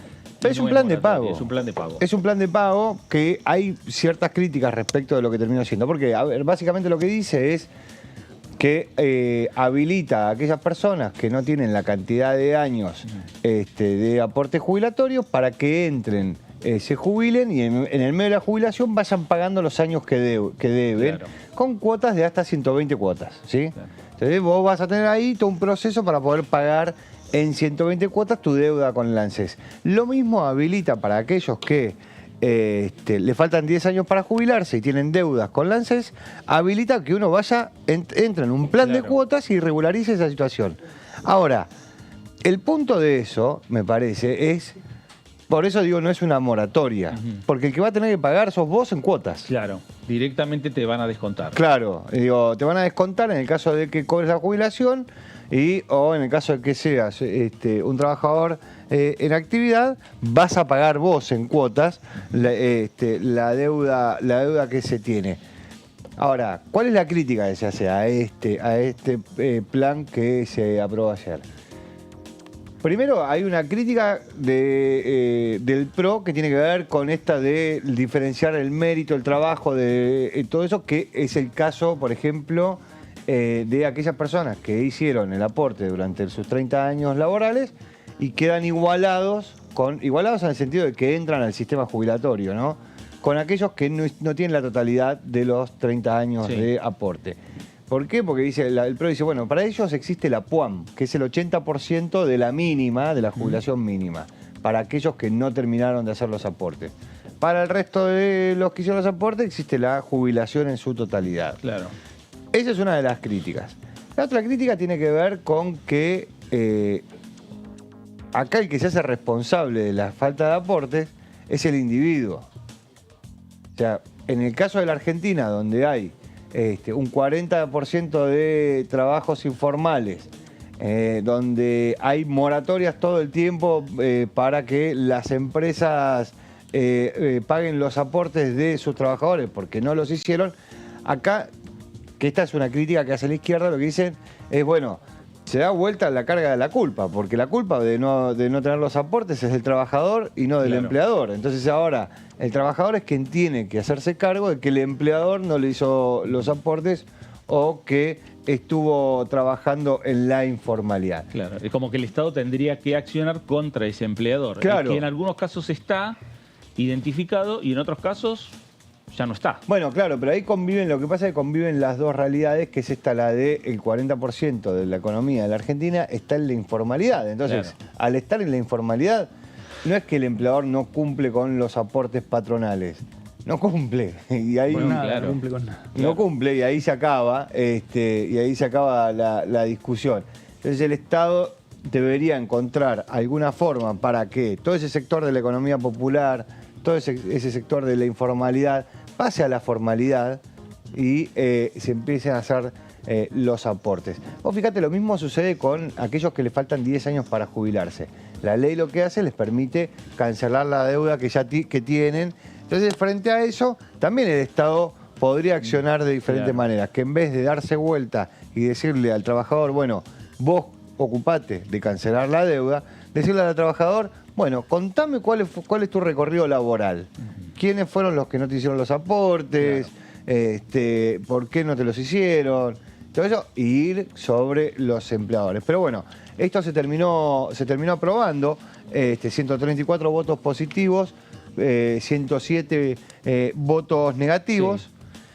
El objetivo de esto es regularizar los periodos faltantes hasta el mes de diciembre del 2008 inclusive. Lo que decíamos antes, son 120 720 cuotas que serán descontadas de manera directa del haber jubilatorio que se obtenga a través de este programa.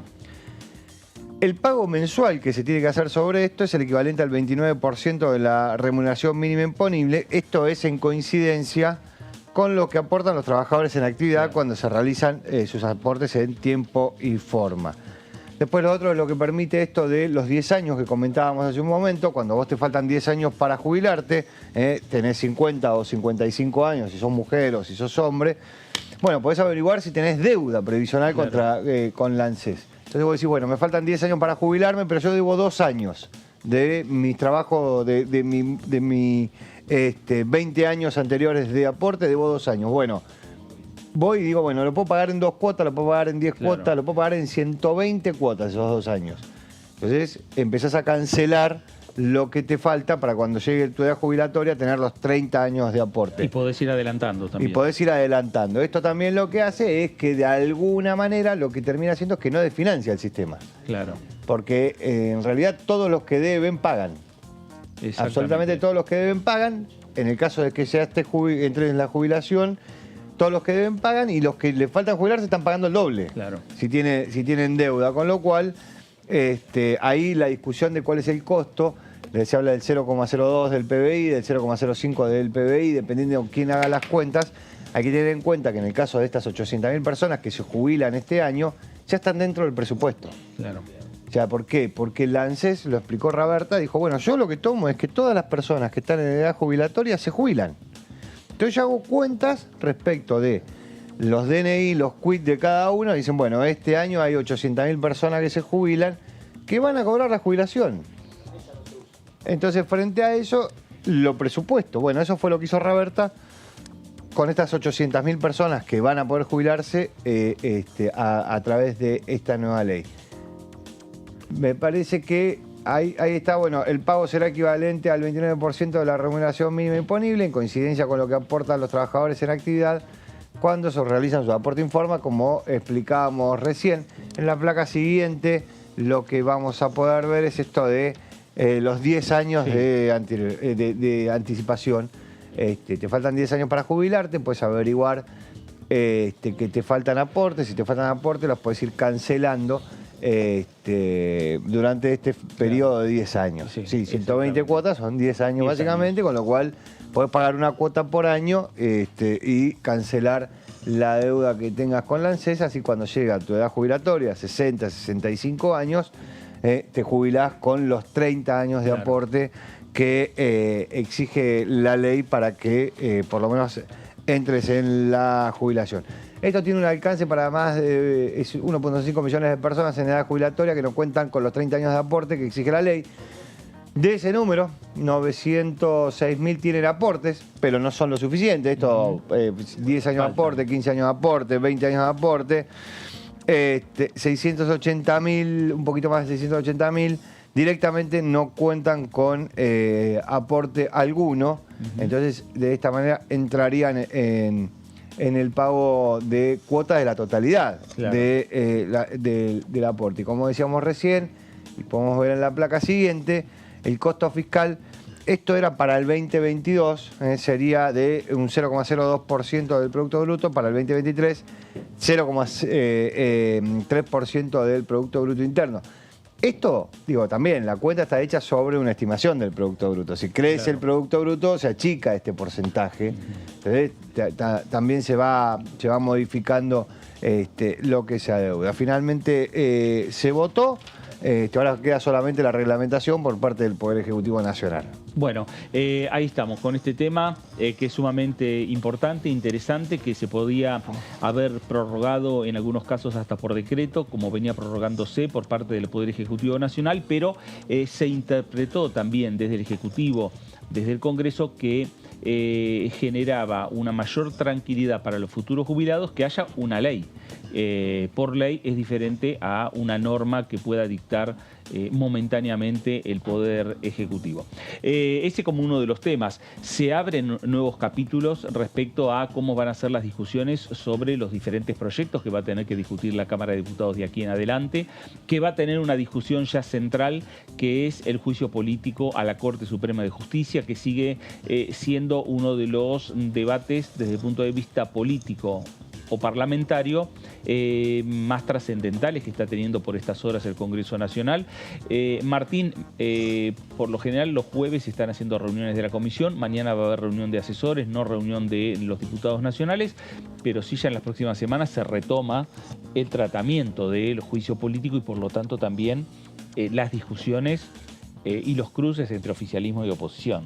Sí, así es, Fernando. Si no me equivoco, hay una convocatoria para este martes para la Comisión de Juicio Político con nuevos invitados. Y sí, es un tema que genera bastante discusión en la comisión y se va a extender por un tiempo más. Juntos por el Cambio, algunos referentes de Juntos por el Cambio ya adelantaron que este rechazo que venían teniendo a bloquear las iniciativas, a no dar quórum para ningún proyecto mientras transcurriera el proceso de juicio político, va a quedar limitado a el periodo de sesiones extraordinarias. Ahora arranca una nueva discusión en la coalición opositora sobre cuál va a ser la postura a partir de este mes. Hay algunos diputados que son de la idea de que hay que ya, digamos, bajar el nivel de rechazo, de resistencia a los proyectos, porque hay algunos que podrían acompañar, que también pueden pagar un costo político, claro, en esta etapa electoral. El caso de la digitalización de las historias clínicas, por ejemplo, fue un buen caso para reflejarlo, ¿no? Ese proyecto se aprobó prácticamente por unanimidad. Prácticamente por unanimidad no, porque unanimidad eso no es, ¿no? Claro. Pero bueno, solamente dos votaron en contra, Javier Milei y Victoria Villarruel, y todo el resto a favor. Y estaba pendiente hace más de 2 años, y ayer, si no se aprobaba ayer, hubiese caído. Claro. Eso nos refleja un poco que la falta de acuerdo por otros temas a veces frenan proyectos que están prácticamente todos de acuerdo. Claro, porque son muchos de ellos proyectos y ahora vamos a compartir enseguida el momento en el cual el Congreso votaba y esto que señalaba Martín, que va a quedar reflejado la gran cantidad de respaldo político que tuvo esta iniciativa, pero lo cierto es que a veces los desencuentros políticos por un determinado tema hacen que se posterguen tratamientos ya en el propio recinto como para cerrar lo que es el tratamiento de un proyecto de ley aquí en el Congreso de la Nación. Hace falta ese último punto, ese último paso, que es la aprobación, la discusión en el recinto, sea de un proyecto que ya viene con la sesión del Senado o cuando es viceversa, cuando de la Cámara de Diputados va hacia el Senado Nacional. Y son proyectos, en algunos casos, que ya han tenido un amplio respaldo con las firmas de un dictamen unificado entre oficialismo y oposición. Historias clínicas, la digitalización fue el segundo proyecto que se discutió en la jornada de ayer y Cecilia Moró, presidenta de la Cámara, de esta manera lo ponía a consideración del cuerpo. Se va a votar en general y en particular el dictamen recaído en el proyecto de ley sobre creación del Programa Federal Único de Informatización y Digitalización de las Historias Clínicas de la República Argentina. Orden del día número 529. Sírvanse marcar su voto. Por secretaría se dará lectura del resultado de la votación. 227 afirmativos, 2 negativos, 0 son las abstenciones. Gracias. Se comunicará al Poder Ejecutivo. Ahí estaba puesta en consideración la votación, 227 votos a favor, 2 votos en contra. El proyecto, que ya tenía la aprobación del Senado, termina convirtiéndose en ley de la Nación. A partir de ahora, repetimos, empieza un nuevo capítulo en lo que tiene que ver con el momento que está transitando el Congreso de la Nación, el periodo de sesiones ordinarias, ese que se abrió en la jornada de hoy después del mensaje del presidente Alberto Fernández, y es también el momento en el cual cambian las estrategias del oficialismo, de la oposición, a la hora de llevar adelante la discusión respecto a los diferentes proyectos de ley.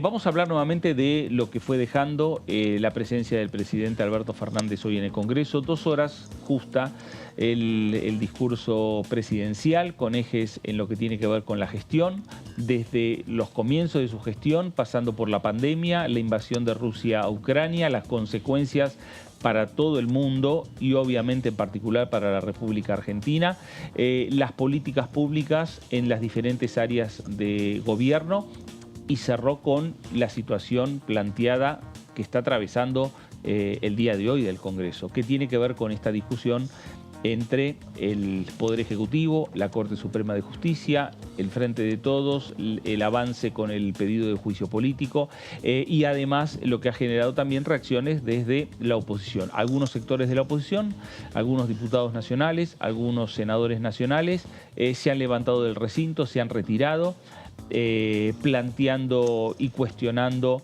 en parte del mensaje del presidente Alberto Fernández. En algunos casos lo han reflejado en las redes sociales, en otros casos han hecho declaraciones, otro sector de la oposición que se ha quedado en el recinto. Bueno, pero lo cierto es que hubo diferentes manifestaciones políticas en el recinto de la Cámara de Diputados. Sí, sí, es cierto eso.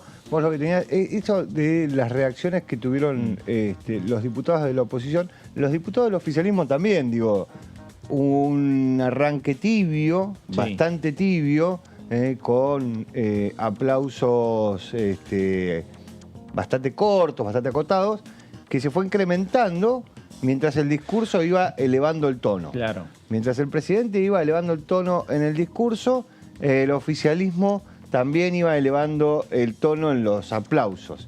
Mientras la oposición empezaba a elevar el tono de los gritos, el oficialismo también elevaba el tono de los aplausos.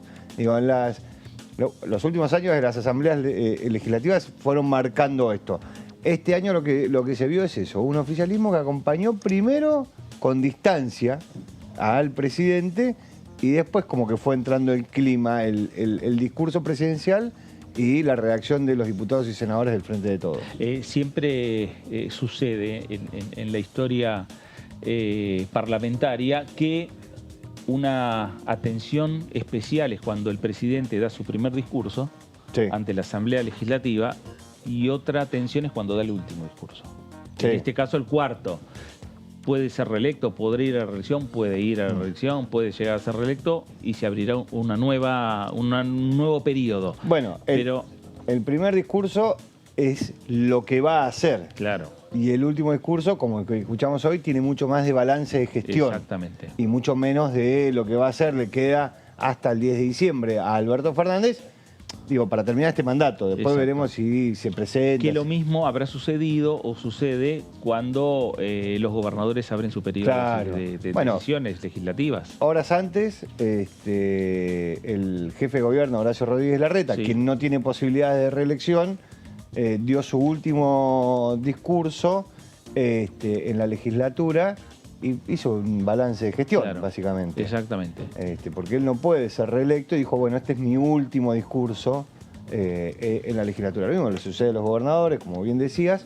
Y en el caso de Alberto Fernández, para mí el discurso tuvo un tono donde se lo vio a un Alberto Fernández decidido, por lo menos hasta ahora, a que este no sea su último discurso. Claro, exactamente.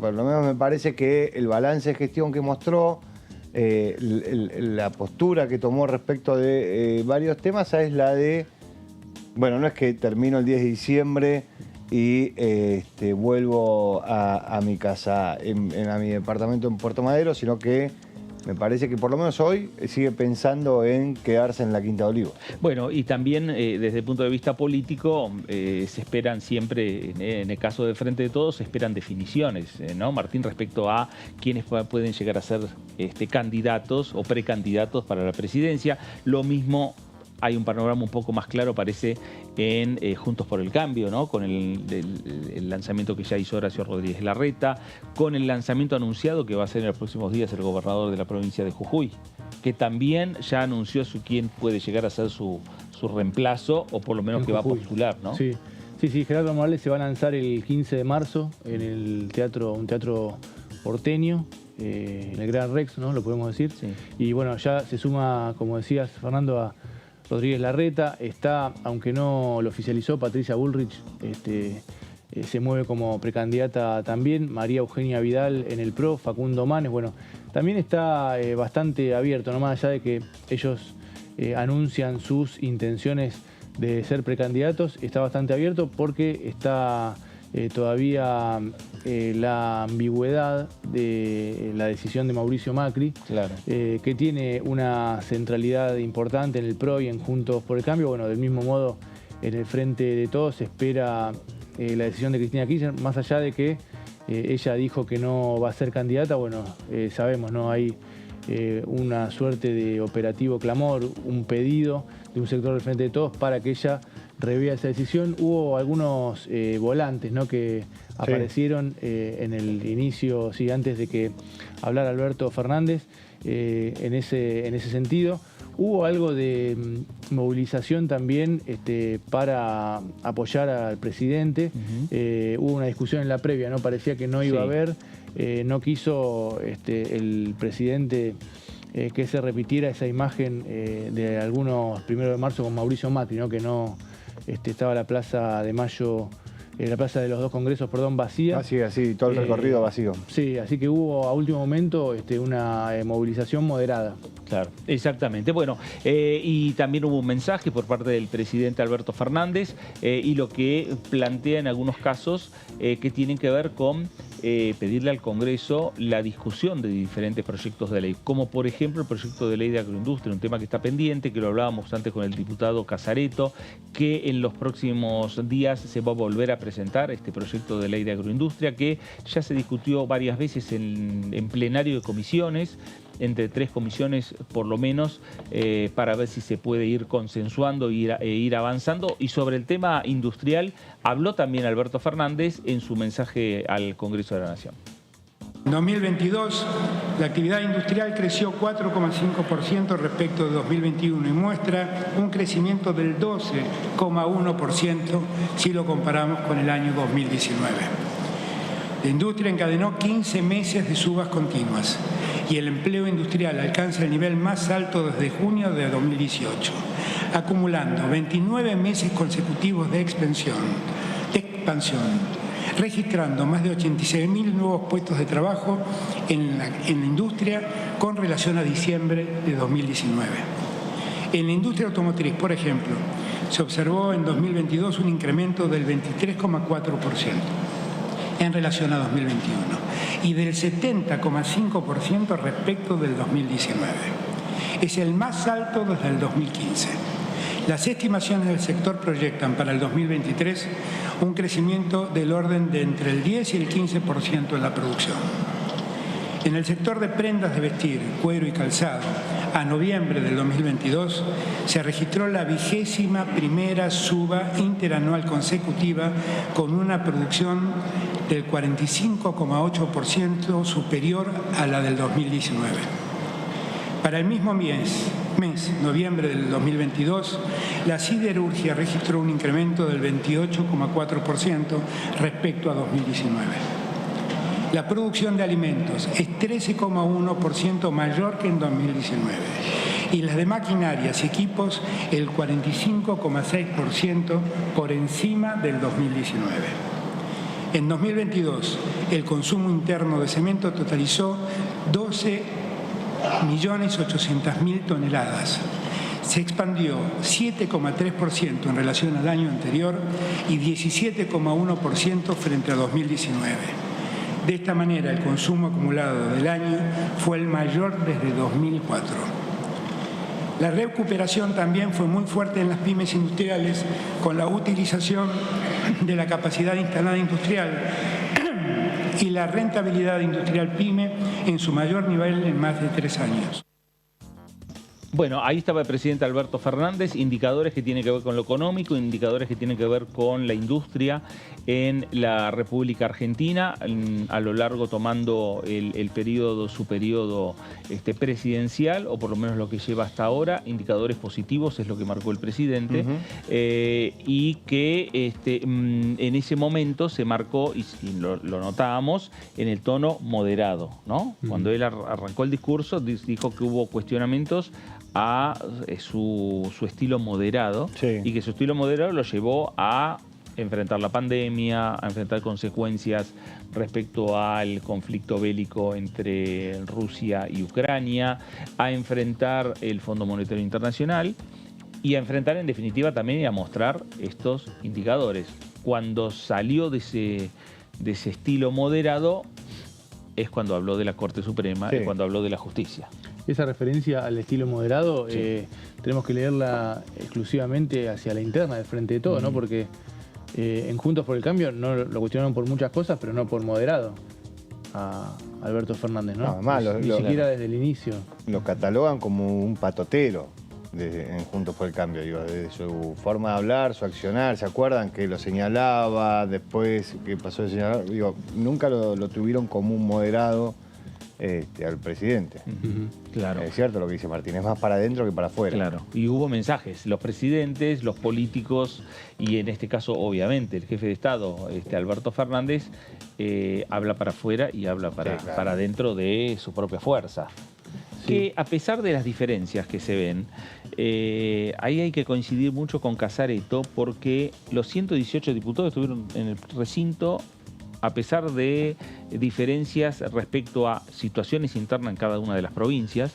Hay fuertes cruces en las provincias con aquellos que quieren ser gobernador, vice o reelegirse como diputados, y cada provincia, cada sector político tiene su discusión interna. Pero lo cierto es que los 118 diputados estuvieron en el recinto de la Cámara a la hora de discutir un proyecto de ley. Sí, que fue importante porque al oficialismo tampoco le sobraba demasiado para conseguir el quórum. Estuvieron bastante justos. En la votación también, ¿no? Fueron unos votos más de los 129 que siempre son necesarios para garantizar la aprobación de los proyectos, y estuvieron todos. En otro momento se veían reflejadas algunas diferencias. Pasó con el santafesino Roberto Mirabella, ¿no? En una de las sesiones del año pasado, que marcó diferencias con el temario. Es uno de los diputados que responde a Omar Perotti, que también está ahí con dando algunas señales con Juan Schiaretti. Y bueno, también se miraba a los diputados de las provincias que en el Senado sus legisladores hicieron un desprendimiento de los bloques oficialistas. Pero bueno, nada de eso sucedió. Hay que seguir con atención lo que vaya a pasar en los próximos meses. Como decías, Fernando, sí, hay muchas definiciones electorales que pueden generar algún herido, ya sea en la inclusión en el armado de las listas o, como decías, en las internas para gobernadores. También es cierto que las dos coaliciones están, con sus diferencias internas, están firmes, porque nadie quiere sacar los pies del plato de cada una, porque también en el medio no hay mucho por el momento potente, ¿no? No, a nadie le sirve romper, a nadie le sirve irse, obviamente ninguna de las dos coaliciones, pero se va a empezar a mostrar muchas cosas, porque así como ayer estuvieron los 118 diputados, hoy no estuvieron los 118 diputados. Hoy el diputado Máximo Kirchner no estaba, por ejemplo. Hoy hubo 6 o 7 gobernadores solamente, algunos tienen apertura de sesiones, otros no vinieron, decidieron no... Bueno, el caso de Kicillof. El caso de Kicillof, digo, que tiene una apertura de sesión hoy, pero es hoy a las 6 de la tarde, si no me equivoco, con lo cual podría haber estado. Me parece que también va marcando una discusión interna, estar o no estar, pero como decía Martín, están todos adentro. Claro. Sí, todos adentro, lo mismo sucede en Juntos por el Cambio. Todos adentro, digo, si uno mira cómo se está moviendo cada uno de los candidatos, sucede exactamente lo mismo. Uno va a una manifestación, otro va a otra manifestación. Claro. Digo, se manejan exactamente igual. En minutos vamos a estar hablando que nos va a visitar el diputado Ramiro Fernández Patri del Frente de Todos por la provincia de Formosa, también para hacer un análisis no solo del mensaje, qué es lo que dejó el mensaje y qué es lo que va a pasar a futuro respecto a el trabajo parlamentario en este periodo de sesiones ordinarias que acaba de iniciarse aquí en el Congreso de la Nación, el periodo de sesiones ordinarias número 141. Pero también hay otras voces en el Congreso respecto a lo que ha dejado la palabra del presidente Alberto Fernández. Una de ellas, la de la diputada del Frente de Izquierda, Romina del Pla, que habló con DTV de esta manera. Bueno, mirá, en realidad yo creo que toda esta épica anticorte con la que ocupó la última media hora de las 2 horas de discurso fueron para tratar de encubrir que no pudo presentar seriamente elementos de progreso o de acierto de su gobierno. En esta suerte de balance, cada cosa que presentó como un éxito tiene un lado B real que es tremendamente negativo, ¿no? Entonces, podemos ir enumerando. Habló del tema vivienda. Bueno, hay 3 millones de viviendas de déficit. Los alquileres no se pueden pagar, no resolvieron lo de los créditos SUBA, hay desalojos todo el tiempo, hay represión para desalojar a las poblaciones que resuelven el tema de la vivienda como pueden. Entonces, su anuncio sobre viviendas es una aspirina en el medio de un océano.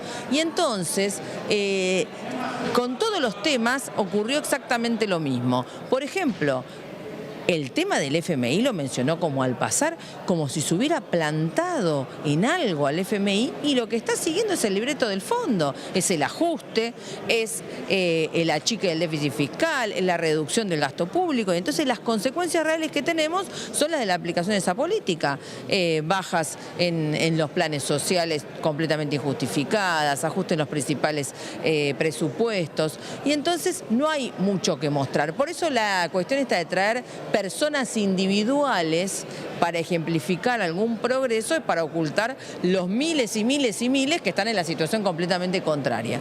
Creo que en este sentido es el discurso de un gobierno que ha fracasado y que justamente el tema clave, que es la inflación, no lo pudo mencionar. Y estamos en un país con un 100% de inflación o más y frente a salarios que se deterioran notablemente en este cuadro.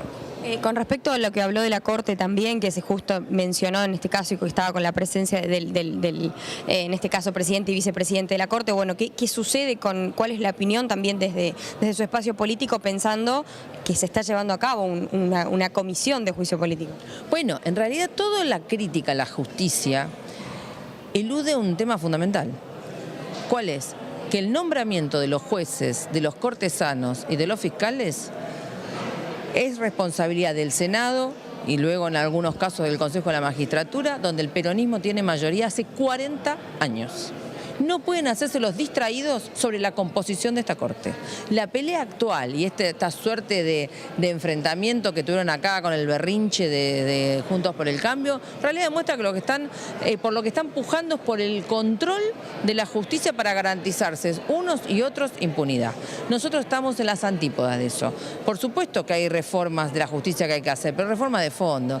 Elección de jueces y fiscales por el voto popular, revocabilidad de mandatos, que ningún funcionario gane más que 4 salarios mínimos. Bueno, en fin, una salida de fondo frente a todo esto que no tiene nada que ver con esta especie de puesta en escena que está armando el oficialismo en la Comisión de Juicio Político.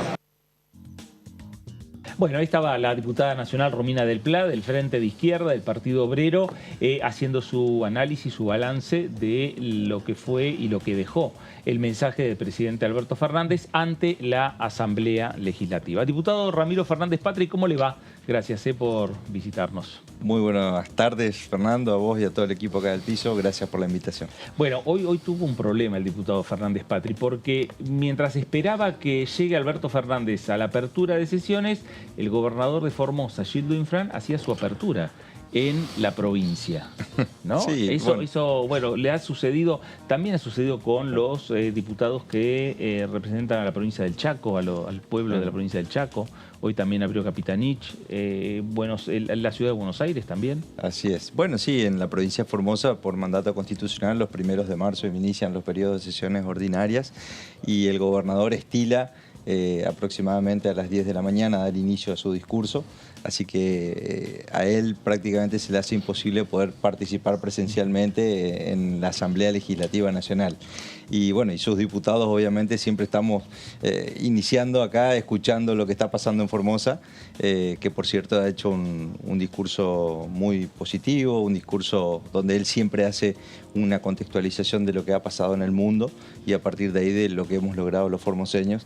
Y un dato que la verdad que es muy interesante es que Formosa por 20 años consecutivos logra el superávit fiscal y una provincia que ha logrado el desendeudamiento público y tiene las cuentas muy ordenadas, una administración muy austera y con obras en marcha que realmente 1.435 escuelas ha hecho en la gestión del gobierno de Infran. Ayer inauguró una, mañana a las 7:30 de la mañana está inaugurando otra y su prioridad siempre ha sido la salud y la educación en los momentos más difíciles. Ramiro, antes de meternos en lo que dejó el mensaje del presidente y hablando de la provincia de Formosa, obras que están, digamos, garantizadas o nuevas obras a partir del presupuesto 2023? Sí, para nosotros una obra muy central y con la problemática de hoy del agua es un acueducto que, bueno, Formosa es de la única provincia que está acostada, digamos, en el mapa, casi todas están en forma transversal. Formosa tiene un régimen de lluvia en el este de 1.200 milímetros de lluvia y termina en el oeste, en límite con Salta, en prácticamente 600 milímetros de lluvias anuales. Eso hace que sea necesario transportar mayor cantidad de agua del este al oeste, es decir, desde el río Paraguay hacia allá. Para eso está proyectado un acueducto de casi 500 kilómetros que va contrapendiente para poder permitir agua para el consumo humano y para 150.000 hectáreas de ponerlas en producción. Esa obra en el gobierno de Mauricio Macri había estado incorporada, pero para que se inicie recién 3 años en adelante. Bueno, nunca se pudo iniciar y lo cierto es que en este presupuesto está incorporada en el presupuesto 2023 y tenemos muchas expectativas de que muy pronto se pueda llamar a licitación para 2 acueductos, ese que te mencioné y otro en el norte de la provincia, que va también desde el río Paraguay hasta la localidad de Güemes, que son 200 kilómetros para la zona norte de Formosa. Muy bien. ¿Qué mirada tiene, diputado, del discurso del presidente? Un tramo más moderado al comienzo, ¿no? Y después otro más enérgico que generó la reacción de la oposición. ¿Cómo lo vivió? Bueno, la verdad que fue un discurso para mí atinado, donde el presidente hizo un reconto de su gestión, donde le puso rostro humano. Me pareció muy bueno esto de que para cada medida que quiso ejemplificar haya traído una persona que es beneficiaria de ese programa, porque si no, a veces nos quedamos en números, nos quedamos en programas, pero nos olvidamos cómo le cambiamos la vida a tantas personas. Y puntualmente me pareció muy interesante lo que tuvo que ver la ley de aporte a las grandes fortunas, porque ahí pudimos ver a dónde fue a parar esa ley tan debatida y cómo le cambiamos la vida a muchas personas, cuando por un lado se financió parte de lo que es el gasoducto Néstor Kirchner, que está en marcha y que a mediados de este año se va a inaugurar, y eso va a permitir multiplicar por 5 la capacidad de transporte de energía en nuestro país, y eso va a generar muchas mejoras. Y por el otro lado, cuando mostró una persona de un barrio popular que pudo a través de una cooperativa poder cambiar su condición de vida, que sufría situación de violencia, mejoró su situación laboral gracias al financiamiento que tuvo un porcentaje de estas grandes fortunas y que fue a parar al financiamiento de las obras en los barrios populares en la Argentina. Y como bien vos lo marcabas, esos 20 minutos donde obviamente iban a ser generar alguna reacción en la oposición, porque tocó lo central del problema político de hoy, que no quieren paralizar en el Congreso a partir de que hay un juicio político a la Corte Suprema de Justicia por una intromisión en una facultad del Poder Legislativo que tiene que ver con la ley de coparticipación federal de impuestos, justo una ley que la Ciudad Autónoma de Buenos Aires no es parte de la firma de ese acuerdo y es al distrito que la Corte hoy le ha otorgado mayor cantidad de recursos en detrimento del resto de las provincias. Pero bueno, es el escenario donde se tiene que debatir estos temas y lamentablemente, bueno, de la oposición se subieron de tono y un diputado que la verdad que estuvo muy fuerte terminó retirándose luego de los insultos y agravios que le dio al presidente de la Nación. Sí, fueron varios los diputados que se retiraron de la oposición. Respecto de la parte del discurso de lo económico, usted decía, bueno, le puso cara a la gestión, porque básicamente lo que hizo fue eso. Pero también hizo referencia a lo que no funcionaba o lo que no logró resolver, principalmente el tema de la inflación. Dijo la inflación, la pobreza. Digo, respecto de eso hacia adelante, ¿no esperaban que dijera cómo iban a trabajar hasta el 10 de diciembre? Digo, es un tema central hoy desde el punto de vista económico, el dato de inflación. Digo, todo lo demás parece que queda opacado cuando uno mira una inflación del 94%.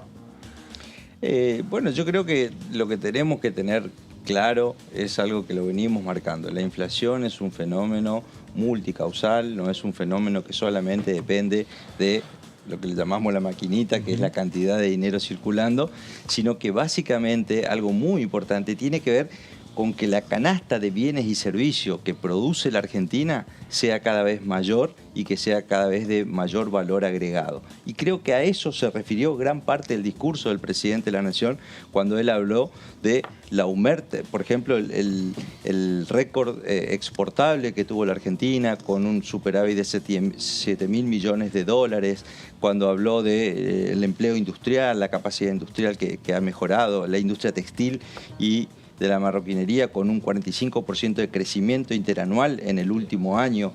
Dio un montón de indicadores que hablan del aumento de la capacidad de bienes y servicios que tiene una economía. Entonces, bueno, por ahí no lo dijo textualmente, pero de alguna manera para mí es una respuesta a la forma en que en la Argentina estamos combatiendo el problema de la inflación, y el otro tiene que ver con el nivel de reservas. Entonces, el aumento que estamos teniendo en exportaciones, la limitación y el control que se está haciendo en las importaciones, que también lo mencionó el presidente, de alguna manera está también trabajando sobre la otra variable que tiene que ver con el control de dólares que haya en la Argentina, porque sabemos que cuando hay pocos dólares es como las manzanas en la verdulería: si hay pocas manzanas el verdulero sube el precio, si hay pocos dólares en el Banco Central su precio sube, si sube el precio del dólar sube el precio del resto de los bienes de la economía. Así que yo creo que en ese sentido la política que está llevando adelante el ministro Massa con la conducción del presidente apuntan a esas variables y que son las que él ha estado comentando en su discurso. Hay factores económicos o decisiones que tienen que ver con la economía que generan mayores ingresos y a veces de manera rápida, como por ejemplo puestos de trabajo en la construcción. Y en la economía también está el tema de las economías regionales. ¿Este año 2023 se podrá ir avanzando con ese tema?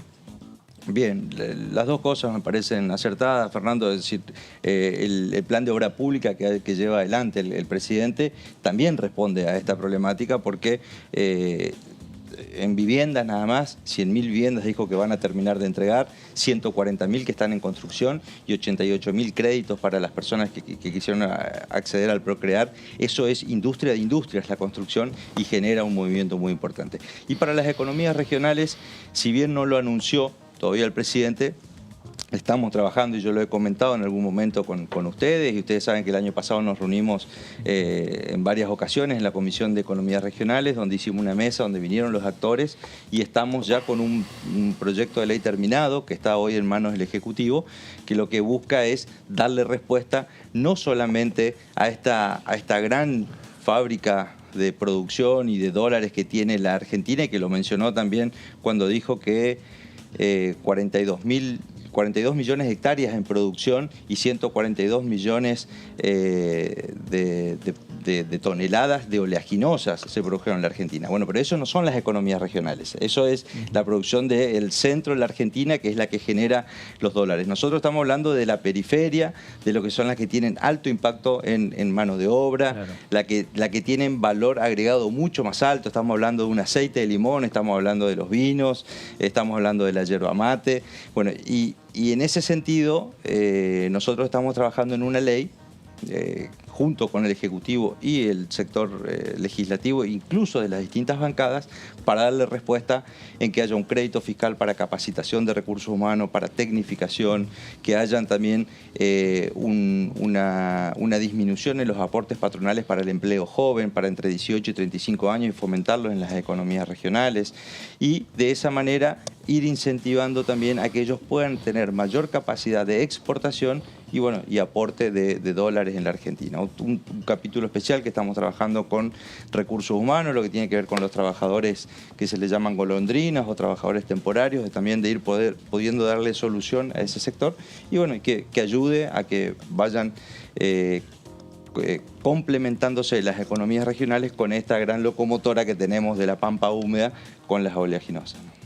El presidente en este caso no anunció nuevos proyectos, pidió que avanzaran algunos que ya están presentados, ¿no? ¿A qué lo atribuye y cómo ve el escenario este año parlamentario? Bueno, sí anunció un nuevo proyecto, dijo una ley para el tema educativo, de aumentar el índice del PBI, de pasarlo al 6, al 8% en 10 años, al 2023, y que fortalezca todo el sistema educativo.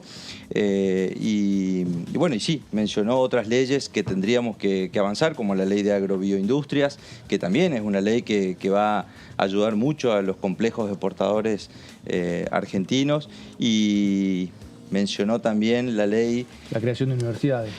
Bueno, que trabajemos sobre la ley de creación de universidades. Sí habló de una ley para animales y para convertir todo lo que es zoológicos y acuarios, que se puedan reconvertir y no tener a los animales en lugares de encierro. En cautiverio, perdón. A comparación de otros años es moderada la Y bueno, tiene que ver con que lamentablemente tenemos 27 proyectos de ley que no pudimos tratar en extraordinarias y que son proyectos que tienen que salir y la oposición hoy no se ha presentado.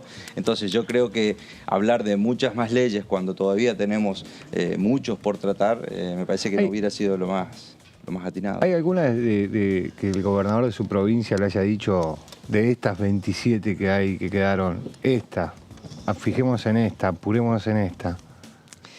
Bueno, mi gobernador la verdad que es un hombre que tiene una mirada muy especial de lo que es la producción y donde entiende que el ambiente y el hombre son dos caras de la misma moneda. En ese sentido, nosotros ya hemos avanzado mucho en lo que hoy se demanda aquí, que es una ley de humedales, porque nosotros consideramos que la principal especie que hay que conservar es al hombre.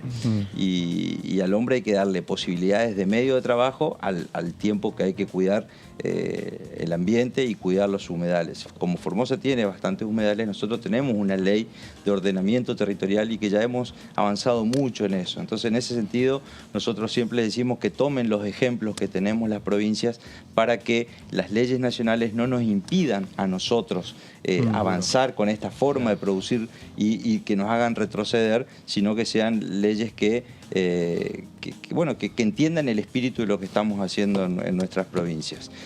Por supuesto que mi gobernador lucha por los fondos federales y es una de las personas que ha firmado el documento para que que se retracte este envío de fondos hacia la ciudad de Buenos Aires en detrimento de lo que son las provincias. Ramiro, gracias por visitarnos. Bueno, muchísimas gracias a ustedes. Gracias. Ramiro Fernández Patri, diputado nacional por el Frente de Todos, por la provincia de Formosa, y le vamos a poner punto final a la jornada de hoy.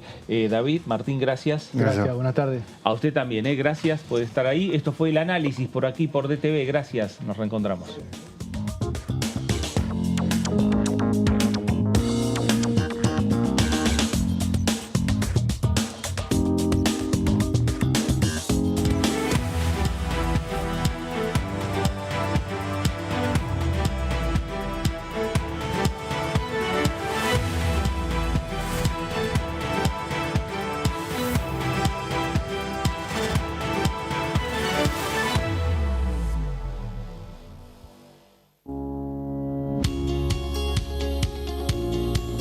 La Cámara de Diputados tiene 257 miembros. Los diputados debaten y sancionan leyes que rigen en todo el territorio nacional.